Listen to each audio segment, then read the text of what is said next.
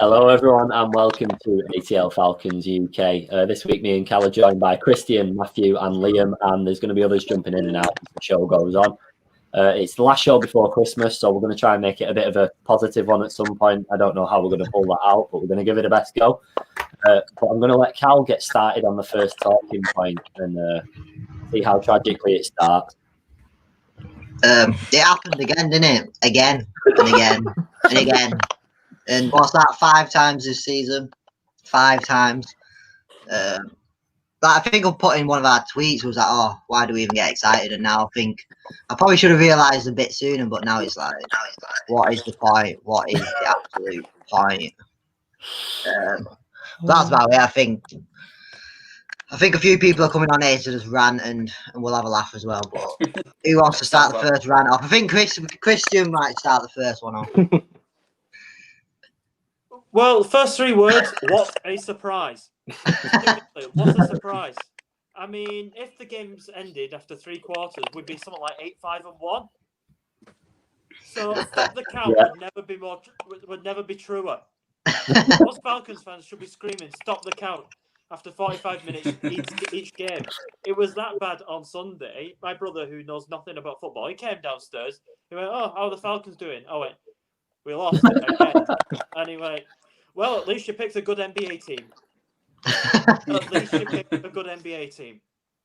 And that sums it up with everything about the Falcons. And somehow, after a 356-yard, 3-touchdown performance, Matt Ryan gets criticised. I mean, there's no winning. Yeah.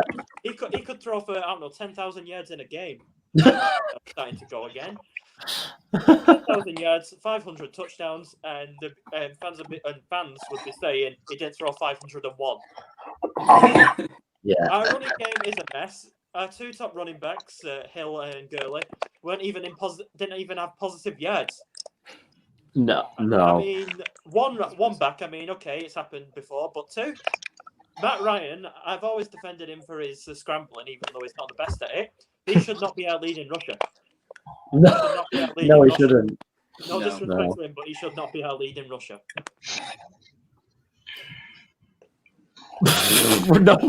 Everyone's just done. Everyone's done with it. I completely agree, though. I mean, that one run that he did on the 3rd and 6, and he got about 22 yards from it, than any of our running backs have done for the last few games. It's painful when someone that has no pace at all, or is the only man that's making a difference, yet people still find a way to abuse him. Matt Ryan scrambling, in a way, is like Claudio Pizarro on FIFA 20.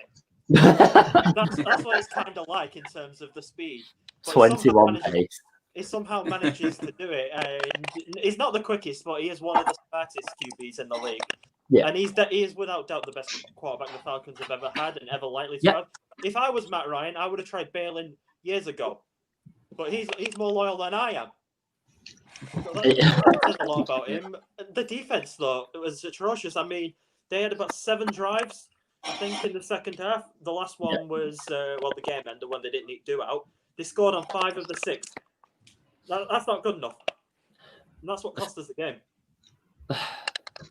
For you lot on the bottom row, what went wrong apart from everything? Shit.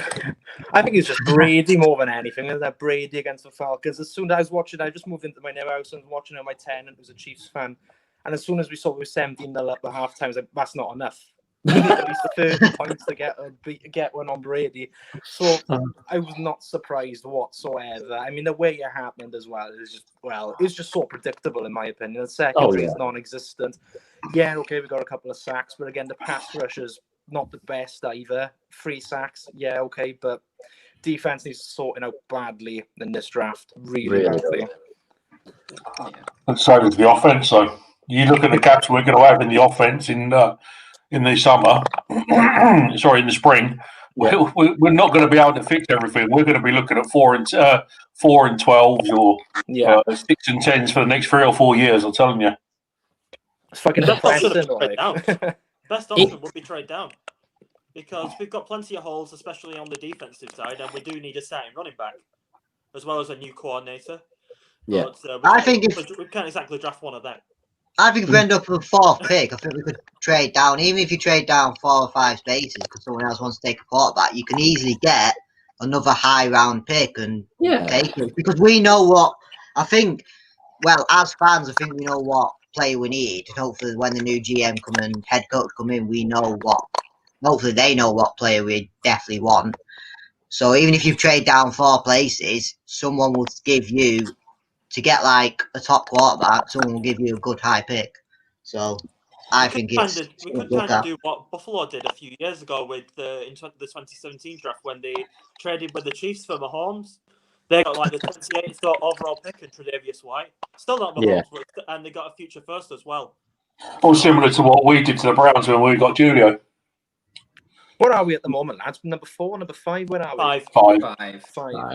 I mean, who can we get at 5? Really, would you go for the defense or would you go offense? Best player available. Yeah. Our issue is that we're not. Go on, Liam. We've not really got.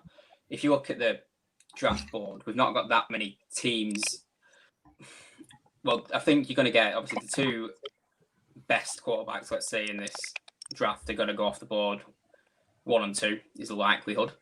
Yeah. The teams that come after that, other than I think it's Cincinnati and then Carolina. Cincinnati obviously have their quarterback. 100% no chance they're going to go for anybody.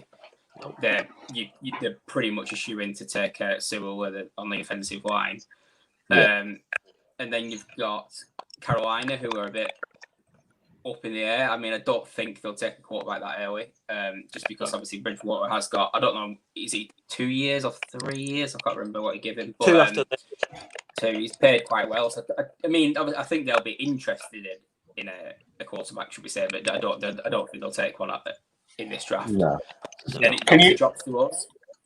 Sorry, can you just click on that bottom comment again for me, please? The bottom one? Wait. Yeah. That one? Or the other one? Yeah. Hello, Maggie. How are you? How you doing? Cheeky. She's never coming on again. No. Anyway. Yeah, unless you like some big, fat, Midland, welling. Anyway, sorry to interrupt. You can carry on now. It's who we're going to bait in. That's the thing. That's the question we're asking ourselves, really. Who we're going to lure in to actually take somebody? And I personally think if there was ahead of us, if it wasn't Jacksonville and New York, and if there was only one team, for example, that needed a quarterback in this draft that were ahead of us right now, we would quite easily be able to bait a team into Lawrence or Fields. But see, you say that. Sorry, Liam, I don't mean to interrupt. You say that, but if Jackson do get the top, can obviously go Trevor Lawrence. Will New York actually go for Justin Fields when obviously they've got the legend that is Sam Darnold? I think they will. You know what I mean? Genuinely though. Or do you reckon they'll go with Dark? I mean, Dark. As much as I'll give the northern person stick, Darnold's not a terrible player, and he could be a franchise player for the Jets. Certainly if he had the weapons around him. So I'm just wondering whether they're actually going to look at that and maybe again trade down similar to what we could possibly do. Yeah, they might to get the picks. But their problem that they've got, other than the pick, they haven't got a lot of value to offer. I mean, I think for us, obviously, we could trade down. You could say that we'll give us we could get a decent pick in the late round of somebody, maybe pick up another second round pick or something like that. But how many picks do the Jets need to get a decent team in one season? It's impossible, isn't it?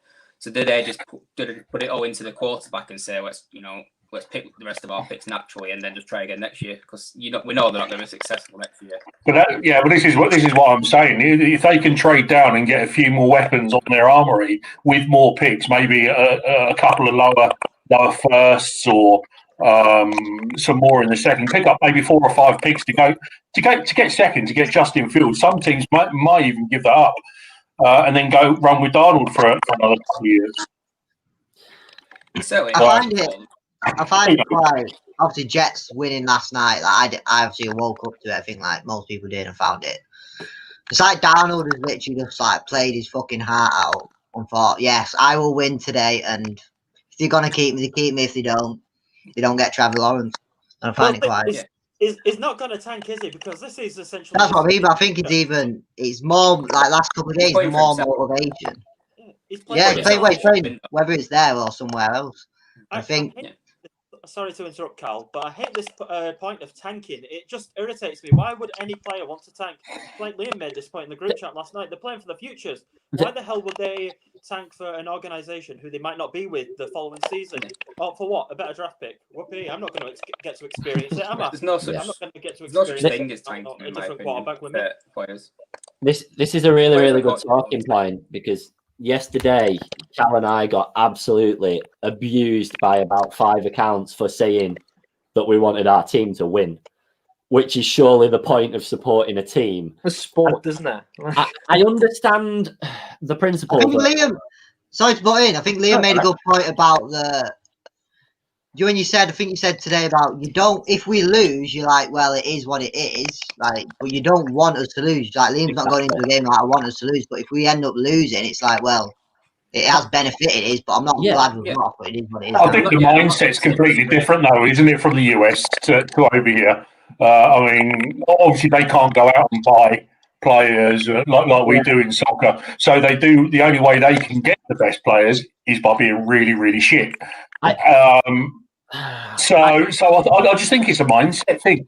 I understand the concept that you get your better players when you're losing your games, and once the playoffs are out of the picture, then what else have you got to play for? But you don't watch your team to watch them lose. Like Cal just said then, and Liam said yesterday, if after the game you've lost, you see the positive in it, thinking, actually, we'll get a better draft spot now. That's okay. But when I'm turning the game on, I'm not like cheering for the fucking Bucs or the Chiefs or whoever. Like I cannot grasp it.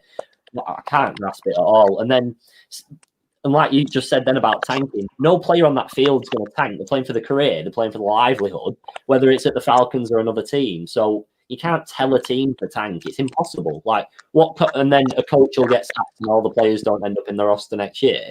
What, just so that franchise gets a better draft pick? It doesn't. I think tanking's more of a supporters thing than it is for an organisation thing. Oh, without a doubt.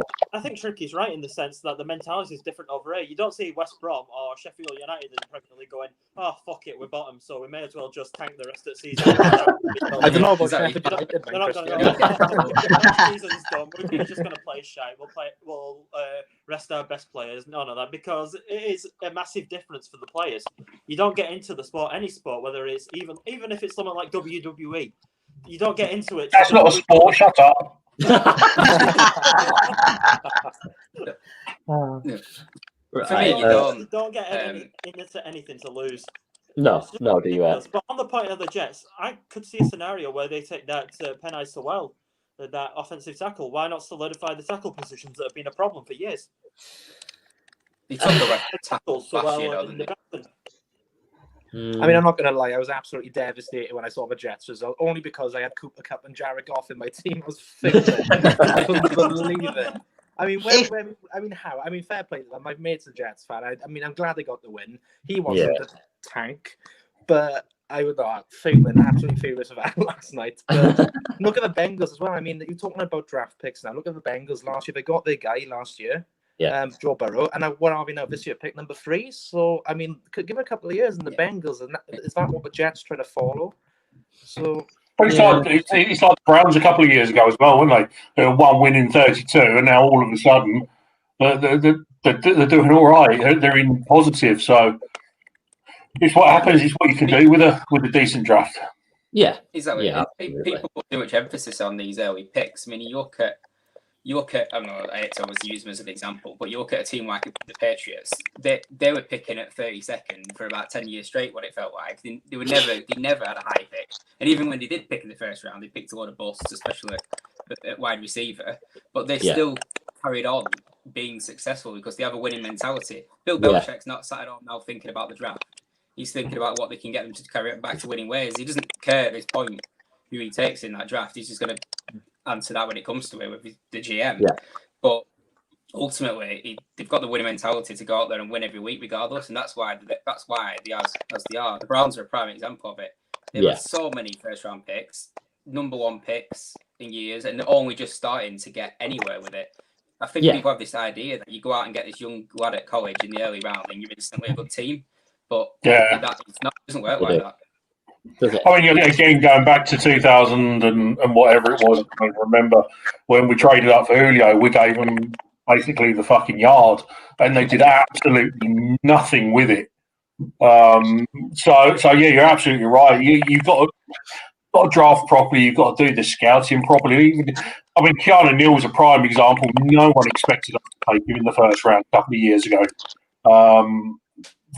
He was a second round pick, according to a lot of the scouts, and he's been immense for us when he's played. So it's about drafting right and scouting the right players, and hopefully we can do that this year. And like I say, I'm quite happy to go down. I'm quite happy to draft down from 4th, 5th to 15th, 16th, 2nd, 17th, middle of the round. If we're going to get extra picks, we can strengthen our team with some decent college players, with the experience we've got and a good free agency. Just whilst we're on the topic of draft, we've got a few questions on draft positions and stuff like that. So I'll pop them up and let you all have your say on them. I wouldn't say a complete overhaul. I don't think it does either.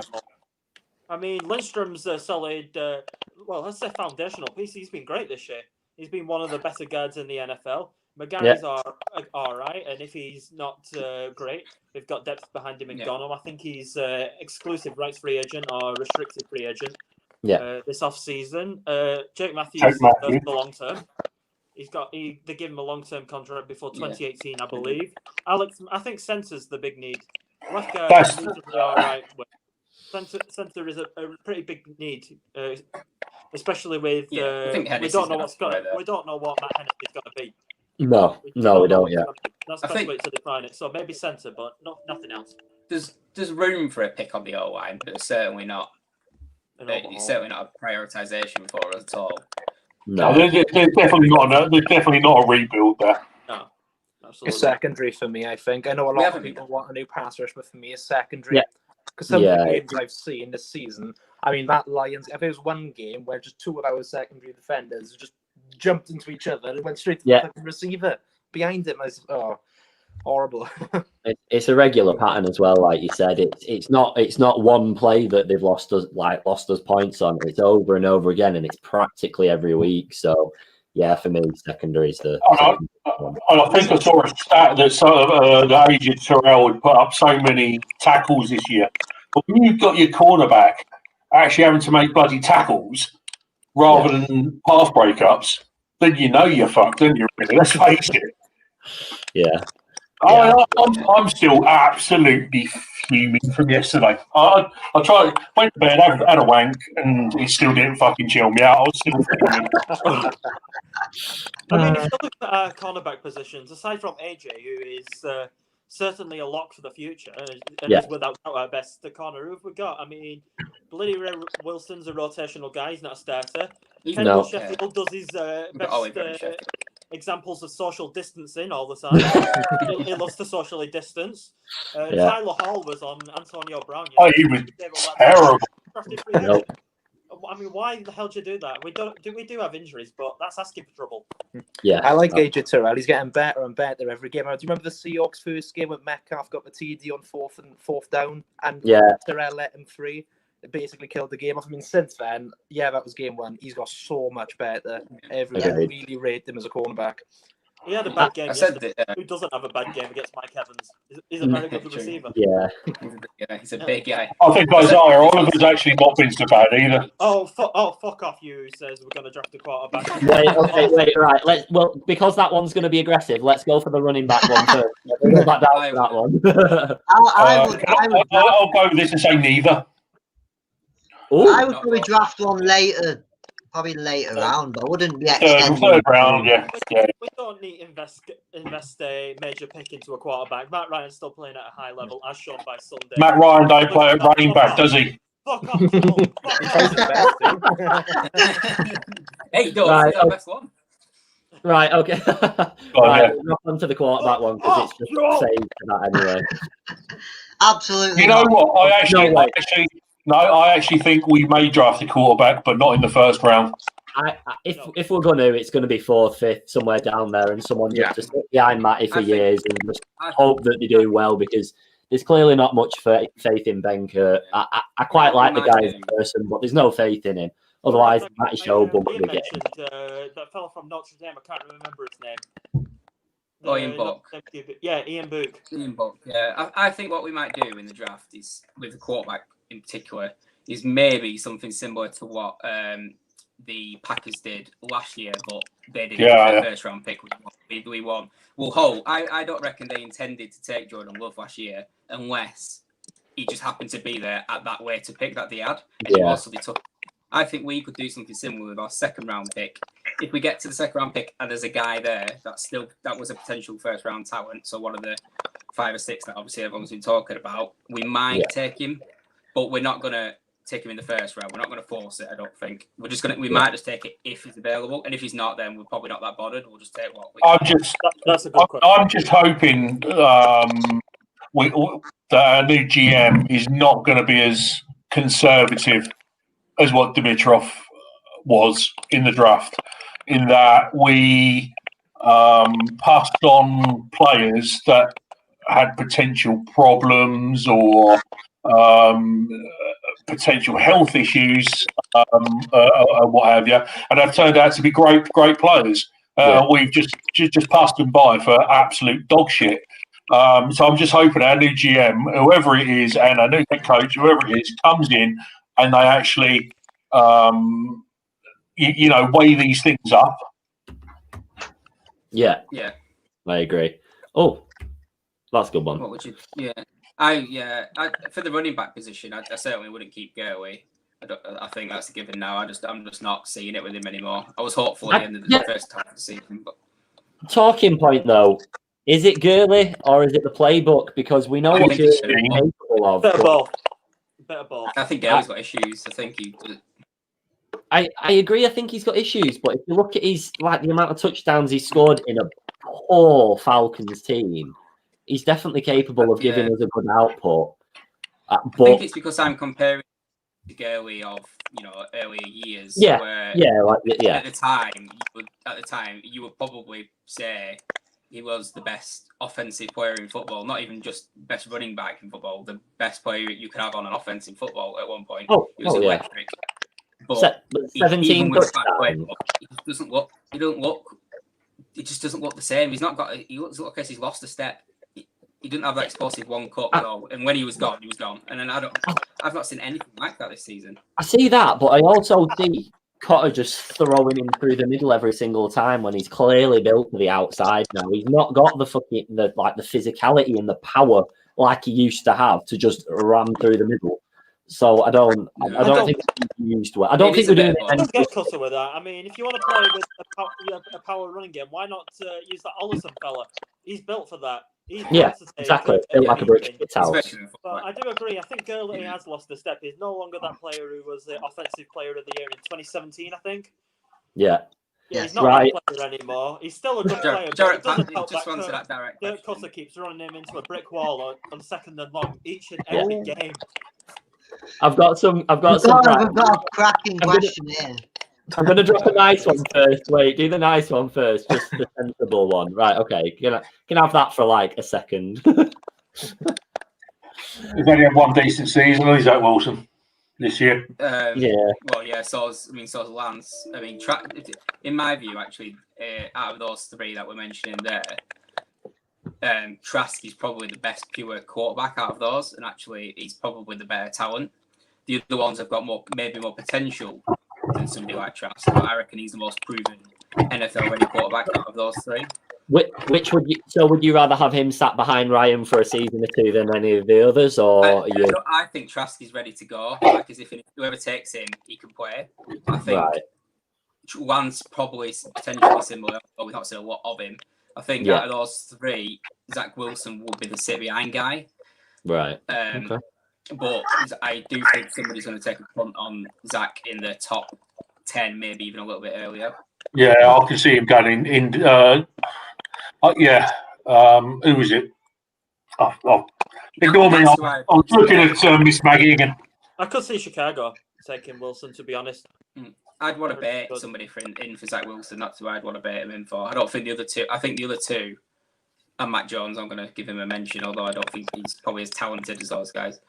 I don't think you could bet guys in for those, just because I think they will. At least one of them going to be available in the later rounds. But I think we could bet somebody for Wilson. I think they like him. A lot of people seem to like him. I think he plays at BYU. Yeah, they're not exactly playing stellar talent every week, so I don't know what they can actually do. I think Trask could be a great fit in New England, if I'm being completely honest. Yeah, him or Matt Jones would be their type. Yeah. Do you think they'll go for a quarterback? They've got to, haven't they? With Cam being so shit this year. Cam's been awful. They've not a good weapons though. I mean, Julian Edelman's been out for the year. They no longer have Gronk. They've not had him for the second year now. Their best receiver, in my opinion, has been Jacoby Myers, an undrafted guy. Nikhil Harry's been awful. He has been awful. And they've not had any success drafting wideouts, so they've got the quarterback first and maybe get him some more help with a decent tight end, because they're built to play with the running backs and tight ends in the passing game. Yeah. They drafted two tight ends last year. Two. Yeah. Asan Lizzie and the other guy. Neither of them have done nothing. Yeah. Right. I'm gonna drop this. I'm gonna drop this comment. Go on. I think Christians will love this one. Fuck you. I love 100%. There is absolutely no way in my eyes that any new coach comes in and goes, Matt Ryan, goodbye. You lose and get rid of all of that dead cap space. Jewel, I want to ask you a question. Are you on heroin right now? Are you on heroin, Jewel? Oh, fuck's sake. I can see us going best player available. Yeah, I think it's dependent on the coach that comes in, though, because what if somebody comes in and likes the foundation that we have already and thinks all I need to do is plug. How can anyone like the foundation that we've got at the moment? It is dog shit. It's not horrendous every. Good, even with Dirk Cutter. About the odd game, we have been pretty good in the past. So the passing game is still pretty good. The run game, I agree with you, needs a hell of a lot of work. Yeah. But a large part of that will just be getting rid of Dirk Cutter, thankfully. Oh shit! I've just pressed that once. If I we like go back that to comment this on quickly, obviously, if we did trade, we traded up or traded down. Say we was 4th pick or 5th pick, and we traded to. Depends what it was, doesn't it? But what would people? Yeah. What would people be happy with? Another second? No. It depends.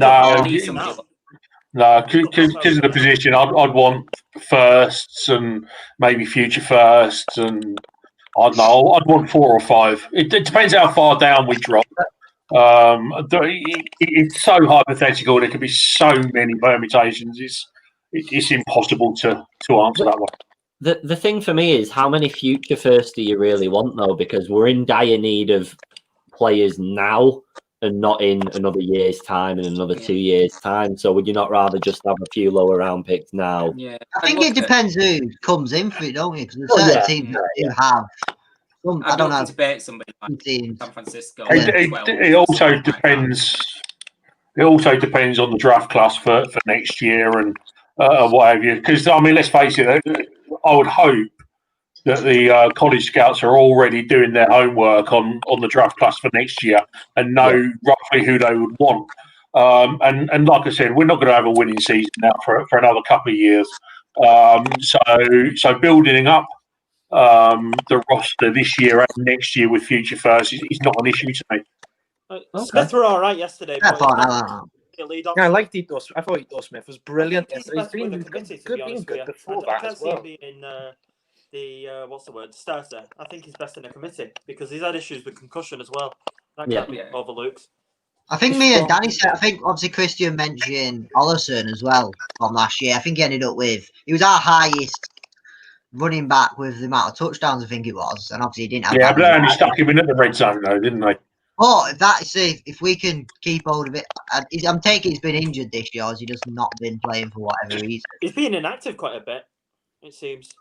Yeah, they don't really give a reason for most of it, but if we can use him in the red zone like Gurley has been used this year, a lot of it, Yeah. And then if we do draft someone later in the round, just see what happens. But I think another point is what Tricky said then about you don't think we're going to have like a positive season for a couple of years. And I think next year, even if we don't, I think as fans, we might. It's hard to enjoy a season that you're not going to do that well. But if there's less pressure, it'd be better than this year, if you get what I mean. It's a bit hard to say it, but. And I also like the gallows humour anyway. Yeah, I think. Hello, Michael. What's up? Hi, mate. I think he brings a bit to the table. I personally, I'd take.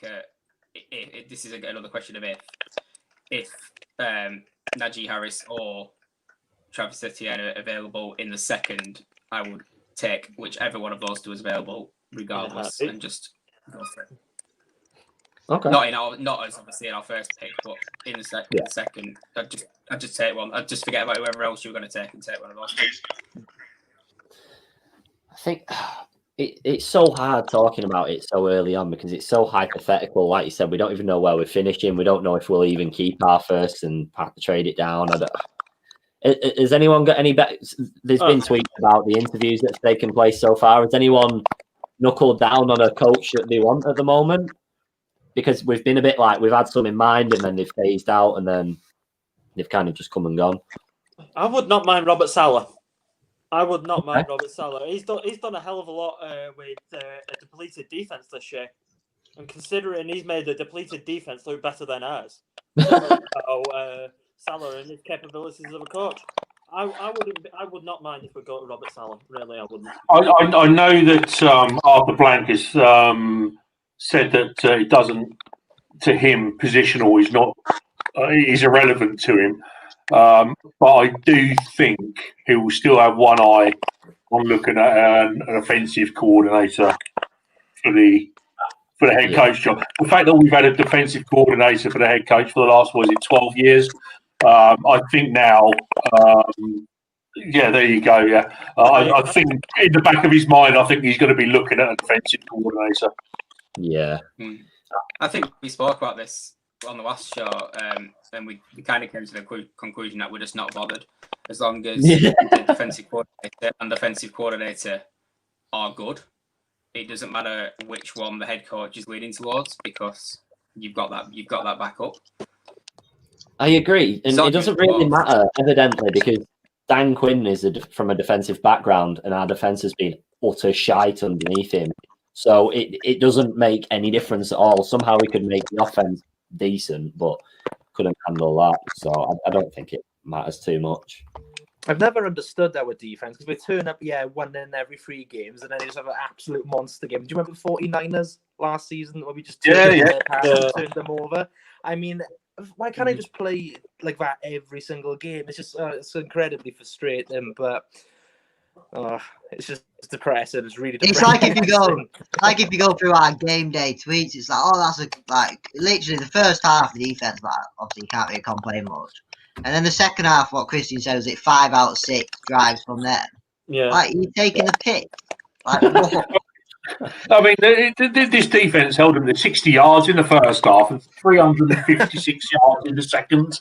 It don't make sense. It makes 356 yards. Makes perfect sense. Bitch fucking mentality, and that's what we've had all season, every single game. I don't even think it's purely based on ability. I think ability-wise, we're probably not. We're not bottom of the pack, and we're not top. We're just sitting pretty in the middle. But when you look at everyone's mindset, how can you be 17 up again and just I cannot. This is something I was thinking about really in terms of when you're a team's that are good at front running. So they go ahead. What is the number one thing that those teams can do or want to do to run down the clock and keep that lead? Yeah. Run the ball. Run the ball. We can't run the ball, so we have no outlet. We're just like the Steelers. We're just like the Steelers in that regard. They have no run game. Our clock management is piss poor as well, mate. I mean, that game is just diabolical. It's just Matt had 49 pass attempts. 49. But we all know Raheem's not getting the job as it is, but some of his timeouts are fucking abysmal. What the challenge is? That's a fucking challenge. Like, what? Are you taking the piss? Well, that challenge yesterday when he quite clearly had his knee down. Why he challenged, I've just got no idea. That was embarrassing. Wasn't there one of the Lions games as well a few weeks ago? There was a bad challenge. To challenge it. Someone told him because they usually have someone watching from above. Yeah, but they must see it. They must see it then. They not see it on the screen. But I don't know who the hell would suggest to Raheem challenge it. Raheem's at blame for obviously agreeing to it. But it was definitely Carter. Carter definitely told him to challenge it. I don't think anyone in the would say, no, don't challenge it. It's clear he's got his knee down. Go on, Matt. What was your saying? It's like the same as Christian. No, I was literally just about to say what Christian was going to say, but didn't he do one against the Lions a few weeks ago when it was a clear that he was, I can't remember exactly what the challenge was, but it's just two questionable ones this season and the Morris already. I don't think he's the guy, unfortunately, at all.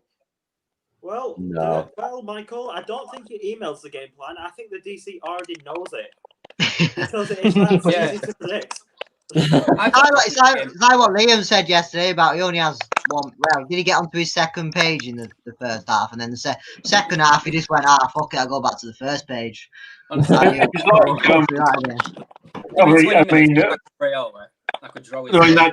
comment that we email it or publish on NFL.com, etc. It was the opponent a year ago. I can't think who it was off the top of my head. Said they already knew what they were going to play and how they were going to play it. So Dirk Cutter's playbook is fucking known throughout NFL teams anyway. Genuine question. You have to watch one quarter. Yeah. How many plays do you actually think he has nailed down? Plays. Let's say 12. Let's say 12. You reckon? As many as 12? Let's say 12. Do you not think he just goes on Madden and just like, which ones have came out this year? I'll pick them ones. 8 of them are very in the middle. What confuses me though, he had a good thing going on the first drive. That was something like 6 for 6, 71 yards, and we had a good run on that drive. Yeah. But as soon as he does something right, it goes back to the old shit, which doesn't work. It's like he doesn't want me there. It's because he doesn't know how to be in the lead. He doesn't know how to do it. And the amount of times... Please fire me. How many times have we put ourselves in second and long, third and long? Like, you're not helping Matt at all. We're constantly in third and long situations or second and long situations. Yeah. There's no better situation to be in than second and short because that's the deadly point where you've literally got your entire playbook open to you. You could obviously run it short just to get the yards. You could ping it downfield because they've got to press. There's all sorts of things you could do. But when you're constantly third and long, you soon become very predictable. Yeah, and absolutely. That's when we start getting shut down. But because we can't run the ball, we can't gain those little yards that we need. I mean, I think the positive that we take from it is we know he's not going to be there at the end of the season. We've given Morris the opportunity, but it's not really panned out like we would have wanted it to. I would have loved him to be the man for the job, but that's just not happened. So it's a clean slate for me. I think Cal said it last night after the game. I think clean slate's the only way to go forward now because that's the only way you get rid of all the emotional attachments that coaches have to players and things like that. You can't keep people because you like them. That's not what's going to make us a successful franchise. So I think somebody needs to come in and be pretty fucking cutthroat about it all and just think, nah, burn it down. Lads, I got to say, it's a little bit off topic, right? But regarding Sunday's game against the Chiefs, okay, yeah, we know it's going to be a challenge, but I don't know why. I just fancy us to go there and just get that win. I've got last season. Matthew, it's not that sort of Matthew. I'm not drinking tricky. And I'm still drunk from last night. He's got to be still drunk. Completely sober, and I'm not saying this. Well, I got a chief tenant upstairs, so I'm totally not saying that because of that. I mean, that Mahomes guy is all right. I mean, he's all right. I really fancy a big win. I really do fancy us to go over and get a win at Arrowhead. Matthew, we are going to be bent over. We're going to be taken hard, no lube, and they're going in fucking dry. We are going to get humped senseless. People said 49ers all last season. Yeah, Garoppolo and Kittle. People said when we play 49ers this time last season. You never know. You never know. But I fancy it. I really do. Do you know what? The fear of not being abused too much, I sort of agree with you, but I don't want to say it too as strongly as you did, just in case. No, I think we'll do that. I actually think we'll do that. I mean, I'm probably get hate and shit from my tenant when he watches this, but now we are going to get battered. Yep. We'll do it. As was talking about that, we'll do a quick. We can go on to something else after it. Quick score prediction for each. Tricky's is going to be about 70-10 or something like that. If that's possible. 10. 2.615. One kick.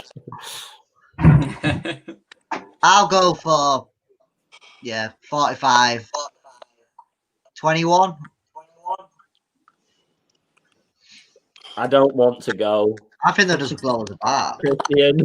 I will go 35-20.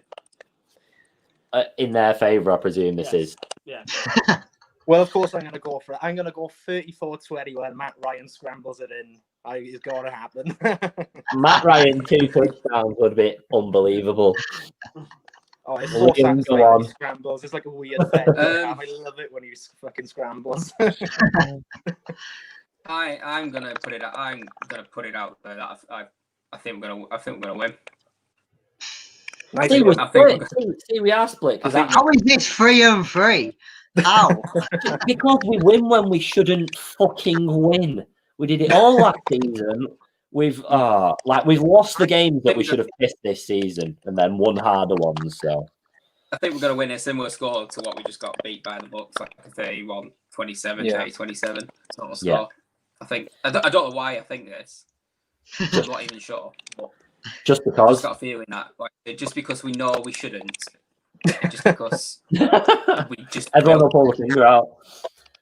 It just it's the game where you look at God. That out of all the games, we've got no chance in that game, so that's one we'll probably go and win.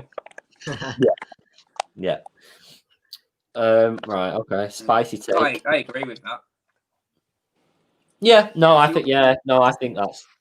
You look at those close games that we've had this season. If they just went the other way, we're not actually. We're right up there. We're not a bad team. I think we're not. We're not that far away. We'd still be in the chase now. We'd still be in the hunt. Yeah.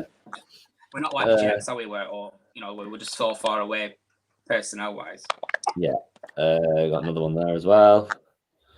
Because it's happening so much, lads. I think it's just. Do the players think it's psychological? Like you get a big lead, and do they because it's happened so many times in the past? They just expect to blow it. I do. I think they shit themselves, and for me, that's piss poor because you're professional athletes on more higher wages in a year than people earn in 10 lifetimes, and you can't just think, "Nah, this is fucking our game." I think it's really surely if you're an athlete, you've got to be fit and you've got to be mentally strong. Anything after that is just talent, but you've got to put your all in, and you've got to think you're going to win everything. Surely that's the bare minimum, like the fans can expect of you and your coach. Because Morris isn't going. No ways Morris got that same mentality. He's not the one that's making them nervous as fuck. I'm not saying he's necessarily always making the right calls, but he's not going, yeah, we're going to lose this game. That's just the players thinking, don't fuck this up, and then they fuck it up because of that. We just can't get. We lose a bit of aggression on the defensive side of the ball. I think we just come a little bit unstuck because we're just too wary of we let teams just basically cut us up instead of forcing them to beat us. They just cut short passes. Yeah. And they up the tempo and we just struggle against up tempo. Yeah. It's interesting. But I think it's hard to get out of that mentality, but I think we've got to do it. Whether it's off the field's gonna sort it, whether it's on the field, I don't know, but we've got to do it. Yeah, I agree. I think I think everyone knows about the mentality. The mentality throughout the whole organisation is, just it's shit. It's coming up every time. 5 losses. I think everything since obviously 2016 etc. I think it's still stuck in, but at least we've got rid of the start, the GM, the head coach. Yeah. That's a start. If a few more players need to go, then we can take them. But going to that point, I disagree with that completely. Not first round. No. First round.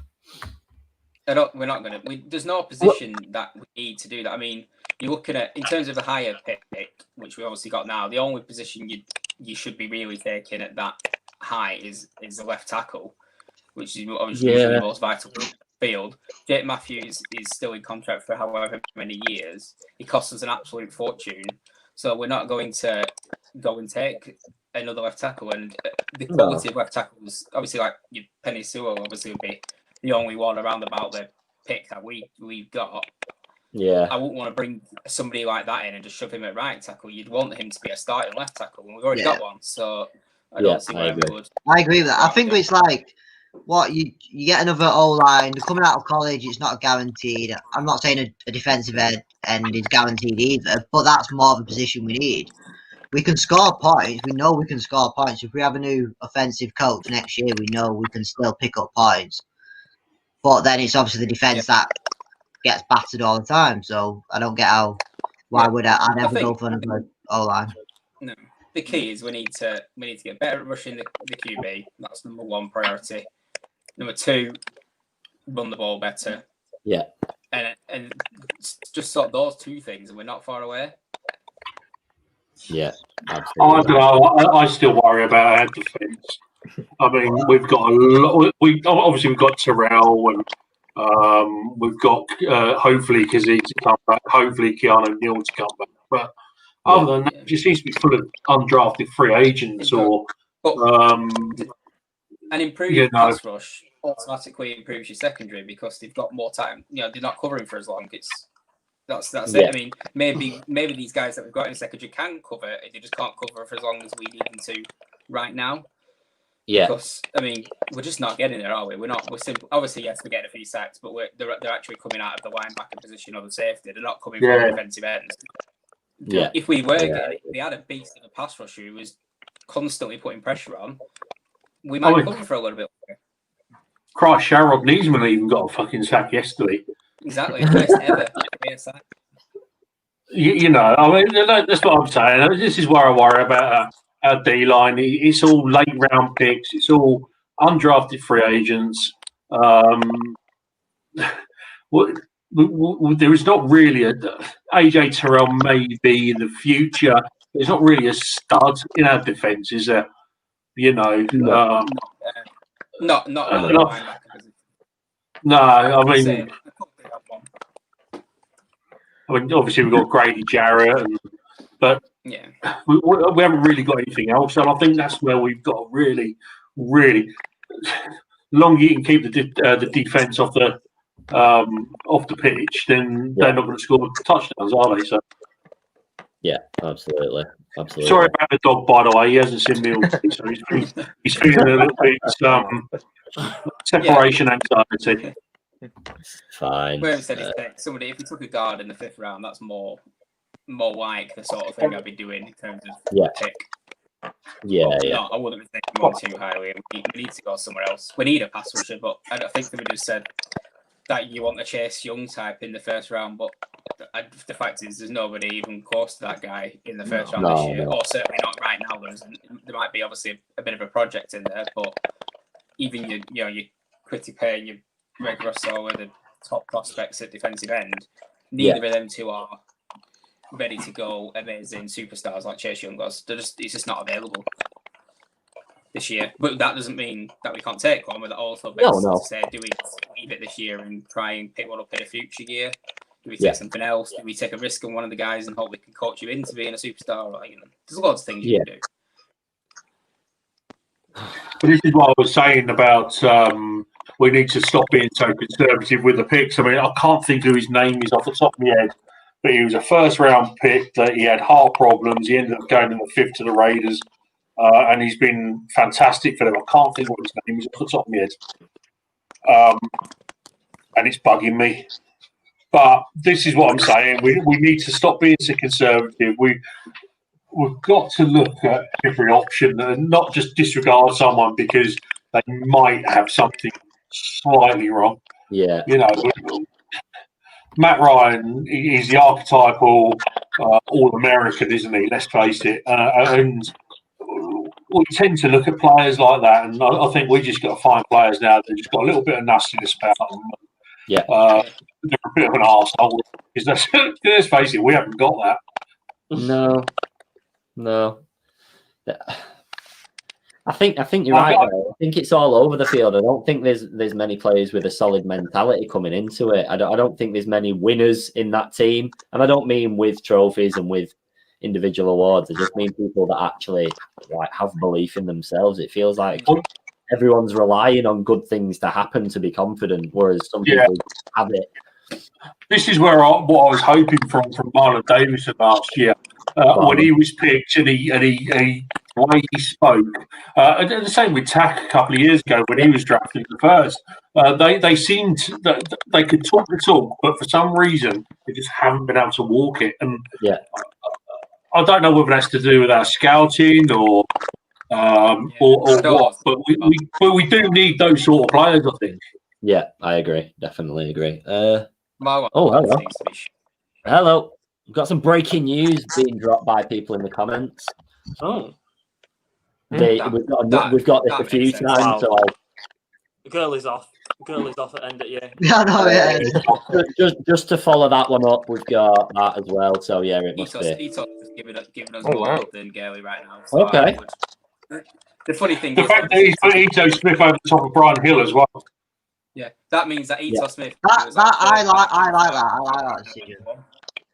He's now a great game yesterday. Yeah.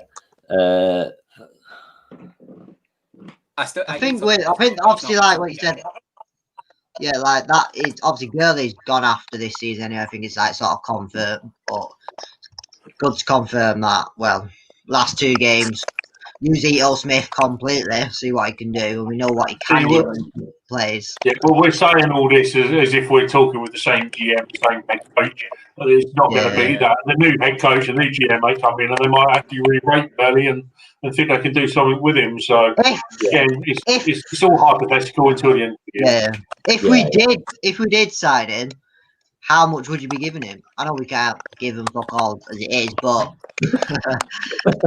it would still be a low contract, I think, because I know he's scored quite a few touchdowns, but he's still not been. He's not proven himself enough for another team to come and drop 20 mil on him or anything. No. He's not going to be a number one running back in any other team. No, I agree. No. I just wouldn't take him on now. Right, boys, I'm going to tag out now. I'm going to add Greg, so I'll just drop a talking point in and then tap out. But thank you all for coming on, and I'll speak to you probably after Christmas. So, peace out. Let's drop that one on. Go there. Adios. TCM, we don't talk about soccer over here because they're all Arsenal fans. I mean, boys.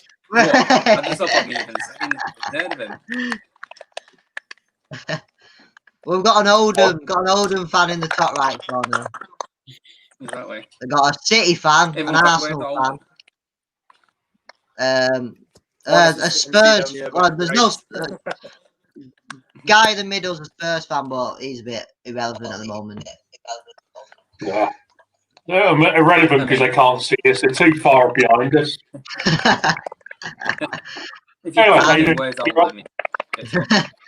And a Swansea, is it a Swansea fan? I don't want to. Swansea fan? Cardiff. Yeah. Don't you can't say that. We're no longer friends. Cardiff with Cardiff. Nah, of course it's Swansea. Evening, Greg. Evening. Boys, how you doing? Hi, Greg. Bad mood now. I've been in a coma since halftime yesterday. Did we win? Like just you say that. You say that, but I actually did win because I had a couple of quid on the Falcons to win the game, and because we were up more than 2 scores at half time, the bookies actually paid out on me on the win. So yeah, I did win. I like it. They should probably make a rule just for the Falcons saying that just get rid of that bet just for our team. It shouldn't. It's not the first time I've done it either. It's not the first time. I think it's if your team goes 2 scores up, they'll pay out regardless of the result. So we went 2 scores up, they paid out. We lost, I still won. Happy days. Has your bookie ever watched a Falcons game? Pardon? Has your bookie ever watched a Falcons game? Like exactly. I think we were 5-2, the 2.5 to 1 to win yesterday. So, and that's when we were at home. But, I think Liam mentioned a bit about Mac Jones earlier, didn't you? But I'll. Yeah, where will he drop to? How will he drop? I don't think. Well, Mac Jones is not going to. There's a lot of hype around him, and obviously, he's delivering numbers stats wise this season. He's absolutely delivering. I love watching what he's doing for Bama. I think it's great. But out of the guys that we're talking about in the first round, he's the least talented, should we say? I don't want to call him a game manager because I think that's a bit harsh on him because he's got a lot of accuracy. He's got great deep ball, but he's not athletic. He's obviously he's throwing to 5-star recruits all over the shop. Like some of these, obviously, he's got a brilliant offensive line. He's got wide receiver. He's got Devontae Smith, who's just unbelievable at this point. Obviously, he had Waddle, who he's been injured pretty much all season, but he's another elite receiver. So I think he probably maybe gets a little bit too talked about. I think somebody was talking about him going like instead of like Fields and Lawrence at one like not too long ago. I was like, come on. But he's good. I don't think he's going to drop to the later rounds. I think that's a bit extreme. I think if he's going to drop, he's only going to drop to the second round. I think someone's going to take a punt on him in that either away at first, somewhere in the second. That's where he's going to go. I like him, but I personally wouldn't take him as a Falcons fan. I wouldn't take him in the second. I would take one of the other guys that were first round prospects in the second, but I probably would leave Mac Jones. And I feel really bad saying that because I do like him, but he's not. Yeah, I don't think he's going to drop that far enough for us to take him, if that makes sense. Anyone else? Did he coach by Steve Sarkisian as well? Yeah, it's just I was watching Bama on Saturday, and all I could think about was, man, I wish we had Steve Sarkisian back. And I can't believe I keep saying this to myself, but God, I wish we had him back. Like he's just, I know he's obviously got different weapons there and things like that, but he was some of the players that Bama put up. I was like, wow, I'd love that. I'm pretty sure that he's come up with these since he's been at the Falcons because these weren't in his playbook when we for us and didn't consider them. And some of them they were NFL players that you could definitely run. Steve Sarkisian was on a 100 to nothing because he wasn't Kyle Shanahan. Yeah, if he hadn't already been at the Falcons, I'd be watching that guy like, wow, this guy's the guy. Get him in. But obviously at the time at the Falcons, I was kind of a bit against him. I think a lot of us were. So, but now I've got Dirk Cotter. I'm like, wow, Steve Sarkisian is now this godlike figure to me compared to that guy. That's just being a Falcons fan, man. As soon as we have somebody, he's shit, and as soon as we get rid of him, we get somebody else. The guy we had before was amazing, and maybe that shit. I mean, yeah, let's face it, though, we ain't going to be saying that about the next offensive coordinator, are we? Whoever comes in at OC next, we're not going to be looking back on Dirk Cotter thinking we wish we had him. Fucking hell! Even my dog looked at me in disgust when I said that. I think we've touched on this before, but might as well just bring it up again. Why not? Who is everyone's personal choice at third one? For me, I'm not obviously pretty new to the NFL anyway, so I'll take whoever's everyone else is happy with really at the moment. I'd go for offensive, Brian Daboll, or defensive, I would go for Robert Saleh. Who was that? Brian Daboll, offense, if we can't get Bieniemy. And defensively, I'd go for Saleh at San Francisco. Oh, yeah. Honestly, I don't know why he's not getting more head coaching bites as is. I thought he was going to get a job last year. Like I would really not mind having him myself. I don't understand why everybody's so hell bent on getting an offensive coach this time. I mean, doesn't matter, offensive, defensive, whatever. If you've got a good coordinator team, you're fine. Because you've had 12 years of a defensive coordinator as a head coach, and I think they just want a change. Yeah, I mean, and I get that. I mean, but at the same time, like I said last time, we had one of the best offenses in history with a defensive-minded head coach. Yeah. It doesn't really, and we've had one of the worst defenses forever, and we've always had a defense, so it doesn't matter. Like at the end of the day, it's 2 or 3 years down the road, we're going to look back and either hate him or we're going to be happy. It's hard to say. I don't disagree. I just think for the supporters, I think they just want to see a change, and I think Arthur Blank in the back of his mind, I think he's going to be thinking that we need to have a change. As I say, we need a root and branch. Basically, dig out from top to bottom. And I think that's going to be one of them. I think that's going to be one of the. I already saw two heads. No, don't do it. No. There is nothing attractive about that guy at all. No. He is the quarterback killer, and we've already got a quarterback who's on the ropes a little bit. If you want Matt Ryan out of Atlanta, then yeah, bring in Rex Ryan. But absolutely terrible.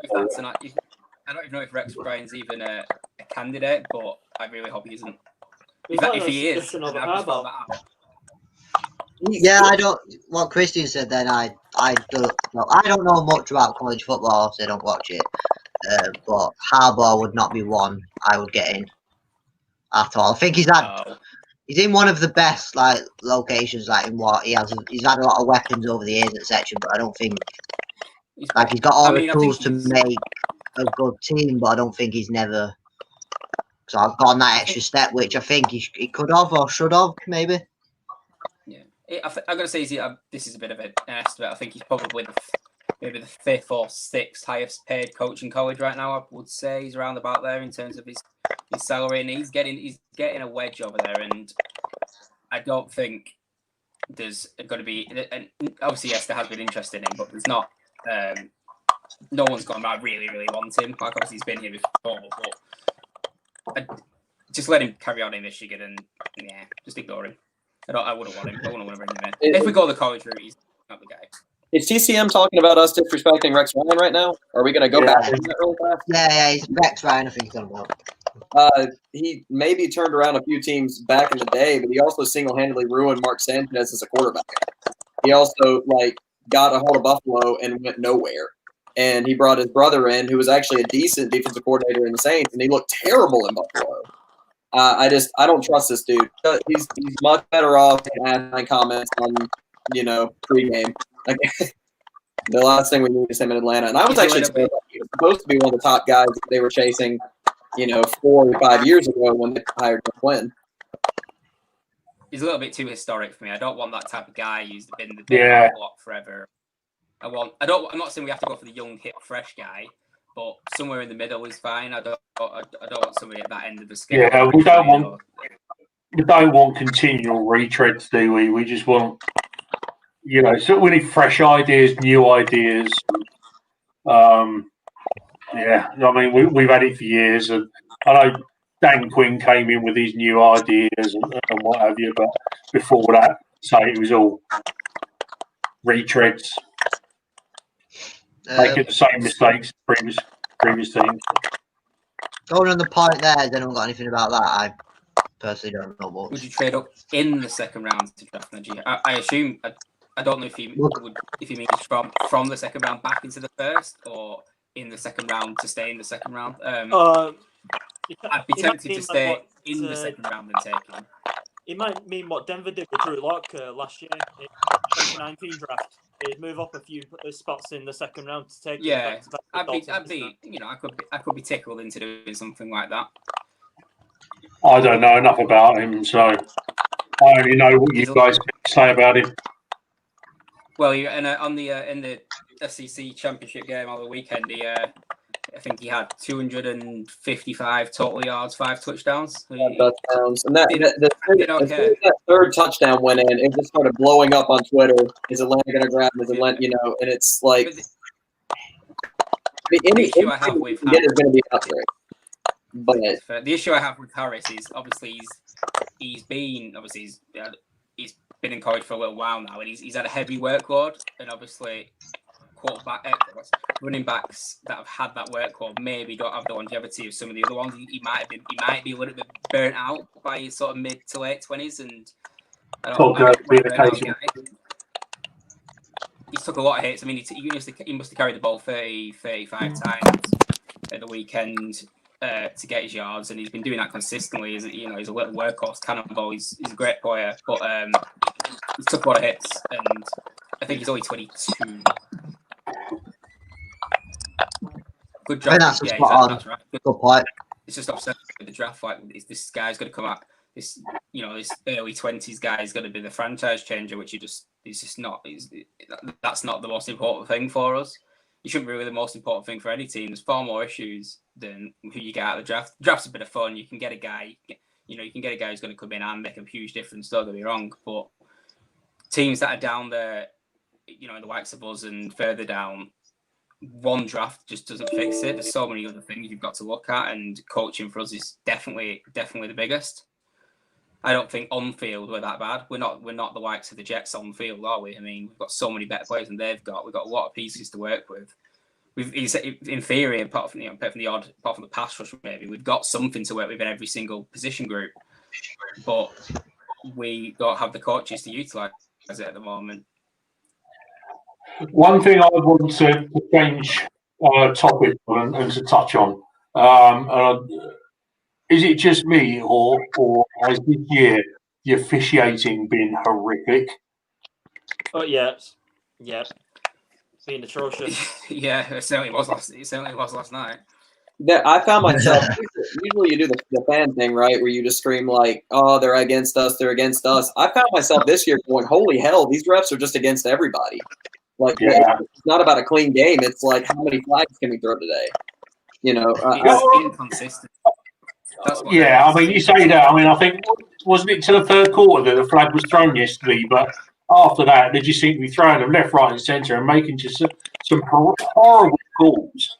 And even on review, they were just letting them go. And I mean, obviously, the one that comes to mind was the Tyler Hall on the punt.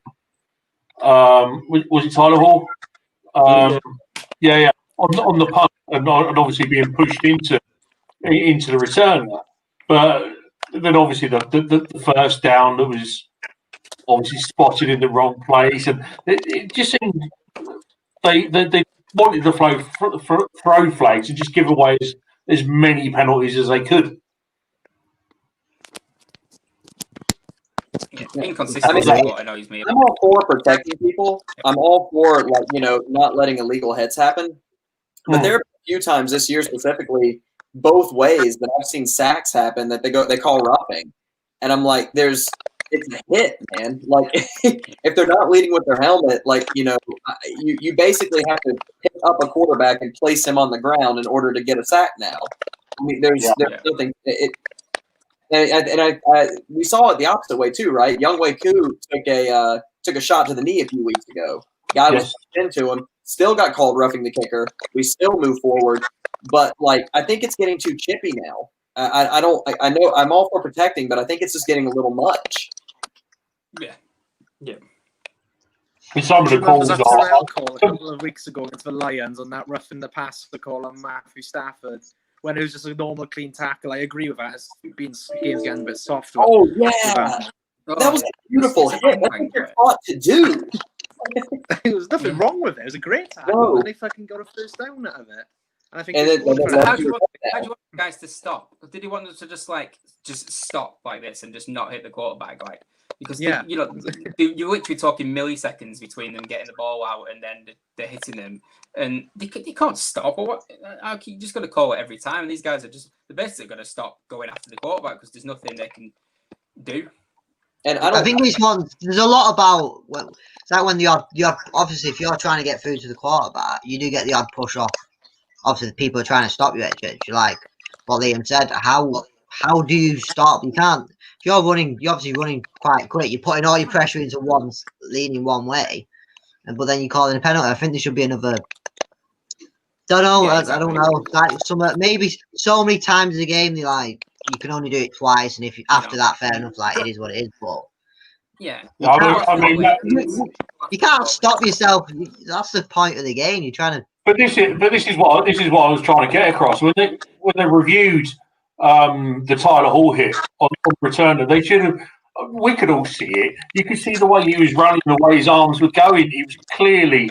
He was not in control of his body. There was nothing. And it turned out to be a great hit anyway, to be fair. But he was out of control. He couldn't. And this is what the officials should be looking at. You know, they should be seeing things like this. And just to let it get away with it, it's just absolutely ludicrous. I think if you go on to that point, what William has said then, it's dangerous play. So I think anything... Stuff like obviously trying to get to the quarterback and it's not a dangerous play, but you hit the leg because you've got it. Like there's nothing, you can't stop yourself. But dangerous play, we have the technology to look at everything. I think certain calls like that should be checked again, whether there's a flag or not. It's the inconsistency. That Tyler Hall one. Yeah. That Tyler Hall one. That's the sort of thing he would end up getting a fine for from the NFL. You know, for head to head. It just. There's no consistency anywhere across the board. And across the country, head coaches need to be turning around and you know, making a point of it. I know over here at football, you get the managers that they're scared of getting fined for speaking out against referees. But I think it's getting to the point where head coaches have got to start speaking out against some of the officiating because they're just letting them get away with it. And it's killing teams like us. I mean, how many points have we given away through unnecessary penalties that quite clearly aren't penalties? Well, and on the flip, William actually pointed it out. It wasn't just yesterday, man. If you want to watch back to Matt's entire career, that dude's getting off the turf almost every single throw. Yeah. And they're not just missing. Those dudes are hitting him 2 or 3 seconds afterwards. But it's never called in his favor. I think this was the first year I saw him get a roughing call. And God, I'm telling you, many, many years at this point. And it's not just me being biased. I mean, I know Cam Newton took his shots in a couple years ago and all that. But there is something special about Matt's allowed to get absolutely crushed. Yeah. And no one cares. And I don't know if it's because because it does happen quite a lot. Is it because when he's just getting up and carrying on? Like are some other QBs taking these hits and just every time they take one, they're running the mouth and saying you've got to watch this, you've got to watch this, you've got to watch this, and the next time they get hit, it's getting called. Well, Matt just stays quiet and just gets up, carries on with his job. Actually, he let the offensive line have it, which is my favorite. He'll just start yelling. He blames him. But no, you never really seen them. Like, you never really see him. You never really see Julio. They don't really talk. Like they'll talk to their guys, but there's no like it's none of this. Like you don't run up to refs, hands up. Yeah, I agree with that. I think me and Danny mentioned this at the start of the season about obviously Marlon Davidson, an example coming in. His attitude. I know he's only his attitude in Marlon Davidson coming in with his attitude. It was an attitude that I think everyone loved. I know it was only speaking a bit of shit basis, but that's what we need. That's what we need. And I think especially the offensive side, I think we missed some people getting in the refs' faces. Even I know like Matt's have a go at his O-line, etc. But it's like we're missing that aggressive guy that we need getting into the refs, just making sure he is. And then Marlon Davidson on the other side, which I think hopefully, obviously, he's not going to play the rest of any of this season. I can't see it, but I think we need. I think we need clever players who can sort of talk the referee or the officials into giving a decision our way. I mean, you saw it yesterday with Gronk. Was it the pass interference? And he's turned round, he's got his arms up, and he gets the call, and then turns around, he's applauding the official for the call. It clearly was pass interference. But we don't seem to be doing that. We don't. If we get a call against this, we just okay, fair enough, and we just let it get. We just get on with it. We don't seem to. We haven't got that type of guy, though, have we? Like Julio's prime example. Julio gets pass interference on him more often than he gets called. Yeah. Absolutely, we don't. But he's just not the type to have to gob off to get something. He's had the same attitude. That's why he's so good, because the reason why he's so good is because he doesn't have to tell anybody how good he is to get recognised. Obviously, you got your guys like Michael Thomas who spend more time talking about how good they are than actually doing anything. Well, you do, but he's the same. He's quiet in terms. Obviously, he's pure aggression during his plays, but after his plays, he's reset, go again, isn't he? And Matt's the same. And I don't think it's a negative on them that they're that type, but I think, like I said, we probably get fewer calls than we maybe deserve because of the quiet nature of some of our players, or certainly some of our key players. I agree with that. I think I heard something about, obviously, soccer, football definitely over our side. There's stuff like, obviously, like John Terry, Chelsea legend, etc. He was always into the ref, like always, and I think maybe that's what our players need to be like. Even I know they're like, Matt Ryan's so nicey, so is Julio, and you can't slag them off for that, because that's the way they are. But if you have that someone who's probably Brady's completely like that. He's probably into the ref's ear all the time, just saying one thing like, watch that left guard, stay on him, and that'll be it. That left guard is in that ref's, in that play, he's in the ref's head straight away. And maybe it's not a major part, but you can get a penalty off it, which can be obviously a changing part of the game.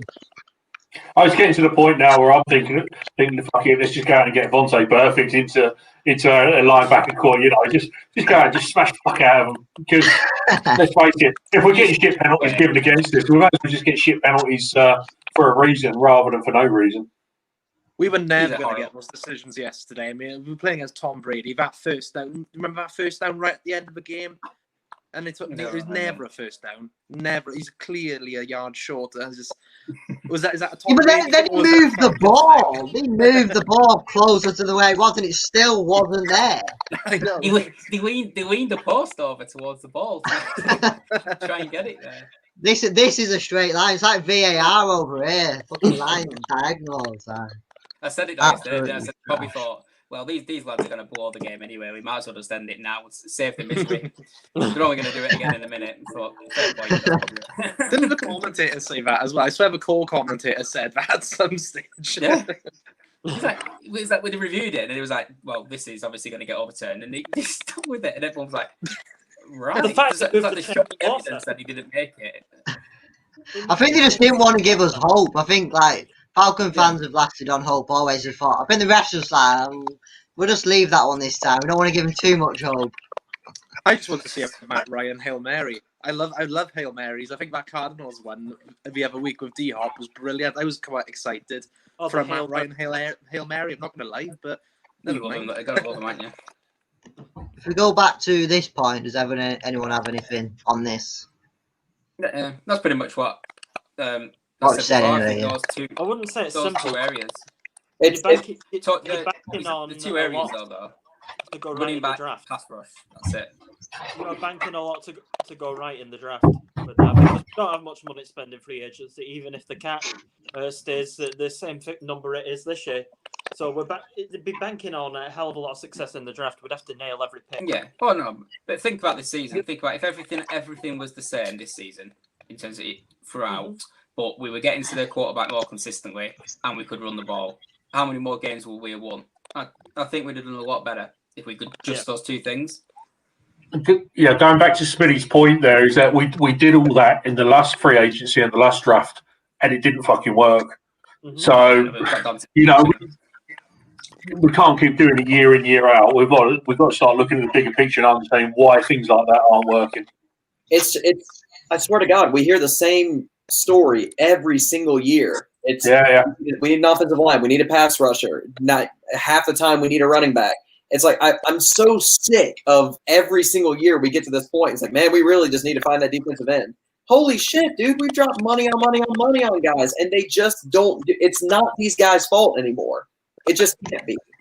No, exactly. There's a bigger picture. There's a reason why something is. There's something poisonous somewhere, and Arthur Blank, Rich McKay, whoever have got to find that poison. They've got to neutralise it because it's getting ridiculous now. I mean, 48 million Dante Fowler, 15 million last year for Vic Beasley, and we're just throwing money after money after money, and we're just not getting the value for it. So they need to be asking questions. Sorry, I'll keep repeating myself, but I'm still really, really angry. Tricky, it's not just you, man. Everybody every year repeats this shit. I mean, it's what's killing me. Like, I saw the first mock draft come out, and they're like, Atlanta really said they can solidify that defensive line with blank. And I'm like, son of a bitch, man, we've been hearing this for years. Like, still can't. And I'd say, what, John Abraham? Like, John Abraham was the last actual defensive end that we had. We did waste money on Dante Fowler. Yes, without doubt. I don't know how that's an arguable thing anymore. I mean, like, he was hurt for so many weeks. He came back. I swear to God, I didn't know he was playing. Oh yeah, I think you mentioned that one last week, didn't you? Or whenever 2 weeks ago now. Even I was like, I think we heard him. I think the commentator said it? I was like, is he played today, or is he just? No, the first time we heard him was when he walked off hurt again. He was on the field. I'm like, oh hey, Dante was here. Cool. I guess. This one. Yeah, and yes. Oh, don't get tricky on that. Tricky. Go on then. Have it. Don't even get me fucking started on that. Just have it. We've got all night. I was absolutely fuming when they passed it out. I sat up, watching. You've heard all this story before. Sat up, watching the draft, watching it thinking, fuck me, TJ Watt's on the board. We've got to be drafting him, surely. No, fucking twats. The thing is, a lot comes down to circumstance as well. A lot does come down to circumstance and the situation. When you drafted, could we be talking about TJ Watt now if he was in Atlanta? Would he be the same TJ Watt that is in Pittsburgh? That's the thing. But it'd be better than what we did. Chicago argument. Absolutely not. Dude, I'm almost convinced that we could stack this defensive line with Aaron Donald, JJ Watt, all these guys, and we would still fucking suck. Like, there's just something about it. Like, there's something poisonous. Like Tricky said, there's something poisonous in Atlanta that's just ruining this defensive line. Mentality. It's like Mahomes would thrive in Chicago. I mean, when he got drafted to Kansas City, he had Andy Reid. He had the probably best mentor possible in Alex Smith. What would he have had in Chicago? He would have had Dowell Loggins and John Fox with no weapons and a crap offensive line. Yeah, but I think TJ Watt. I disagree somewhat that he would have. I don't think he would have been a bust. I think he would have had production for us. Maybe not the same level that we've seen, obviously, because we wouldn't got that out of him. But I think we would have got better than. Used to having things handed to him. I don't agree with that statement in the slightest. Greg can take this one. What exactly does Smitty's? If I hand it to him, do you mean taking like 18 fucking sacks a game? Do you mean like having to throw over top an offensive line who literally just falls over every play? Do you mean having to deal with 1,800 offensive coordinators in his time? This dude has dug to get what he's got. Absolutely not. The only year he was handed anything would be when Shanahan actually knew what he was doing. And I would argue that's not really handed as much as just having a competent offensive coordinator.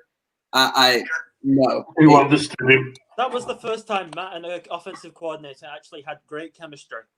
Mm-hmm. And he got an MVP out of it, and we made the Super Bowl. And I would argue that Matt Ryan won a Super Bowl. I mean, it's not on him at that point. No, absolutely.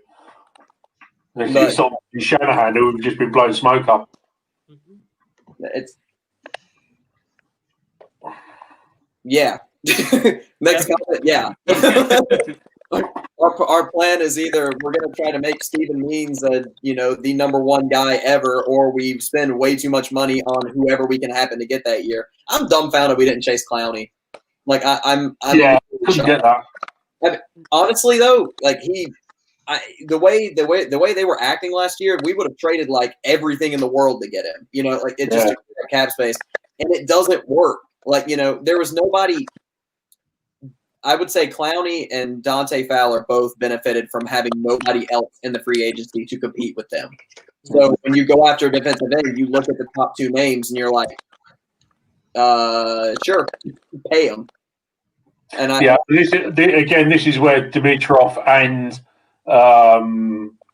Dan Quinn should have done the due diligence and looked at the production of Jadeveon Clowney over the last 3 or 4 years, and looked at the production on fucking Dante Fowler over the last 3 or 4 years, and weighed it up and thought, actually, you know, let's fucking throw our money at the bloke who's had one decent season, rather than someone who we could have got for less, who's been a stud for 4 years.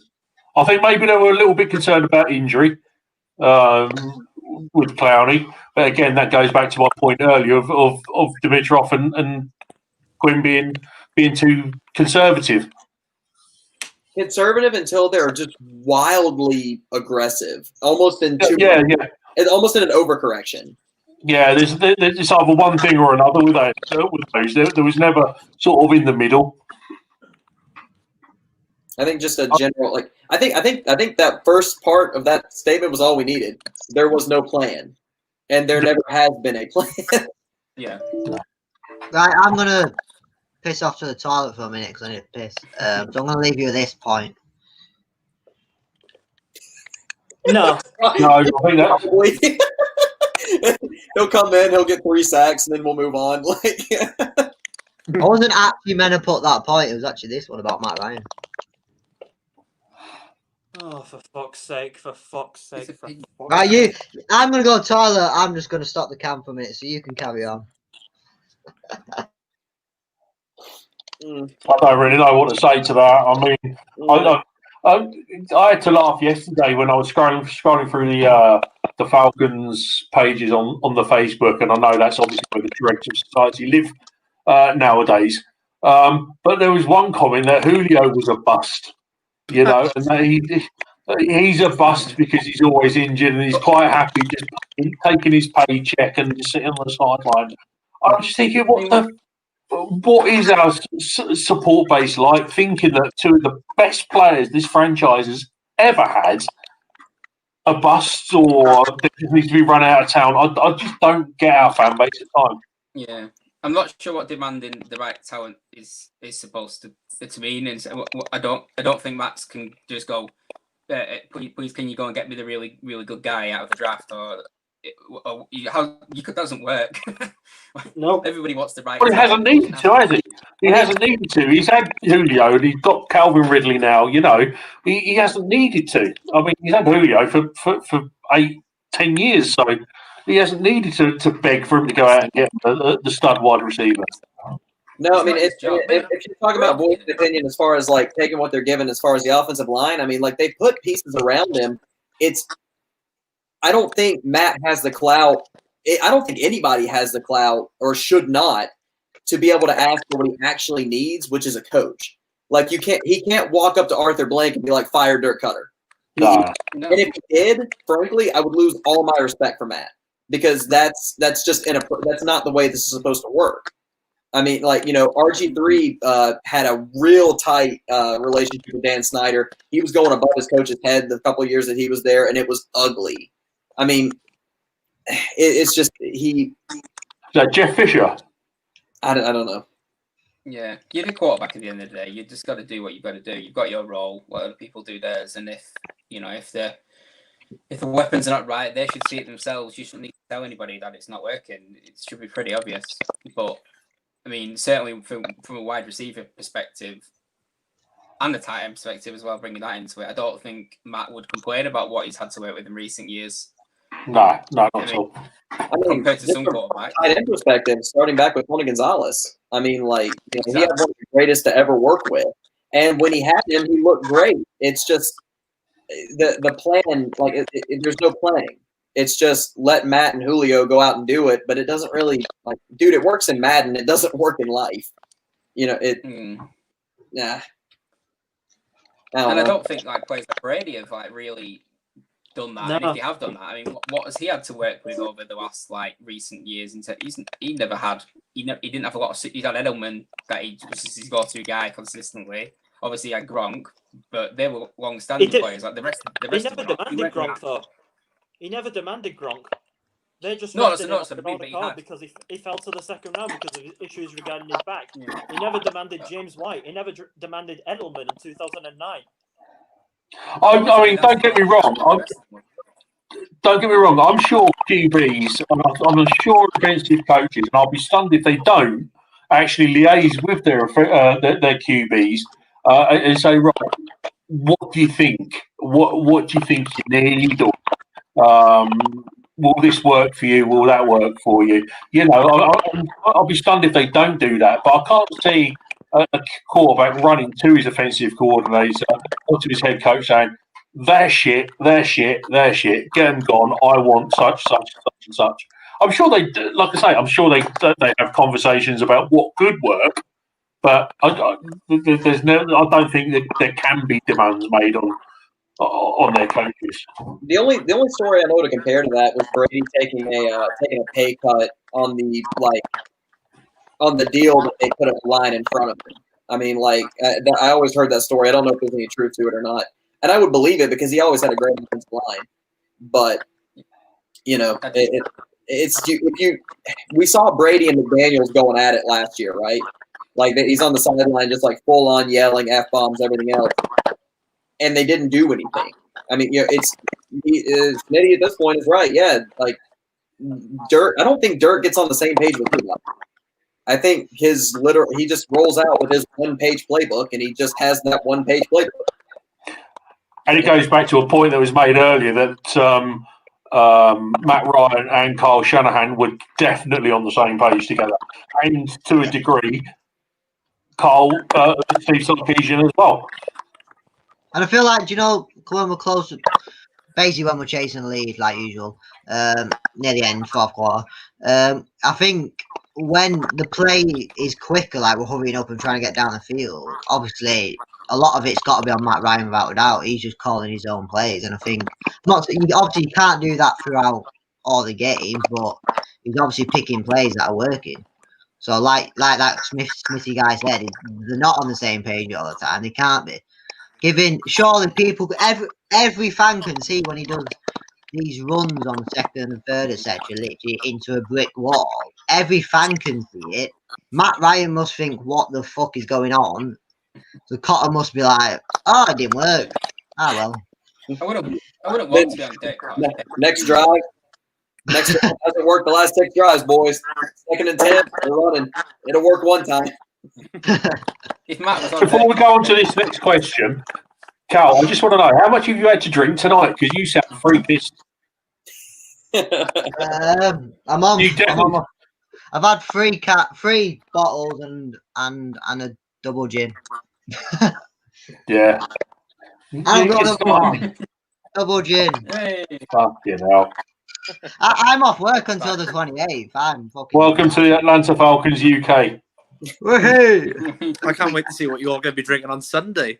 That's the whole bottle of vodka. Is anybody walking into Sunday expecting the Falcons to win? Like, yeah, no, don't start, Greg. Absolutely. No, I'm just excited to watch Pat Mahomes play, man. Like, let's be real. Okay. He's all right. I mean, Mahomes is all right, I guess, but no.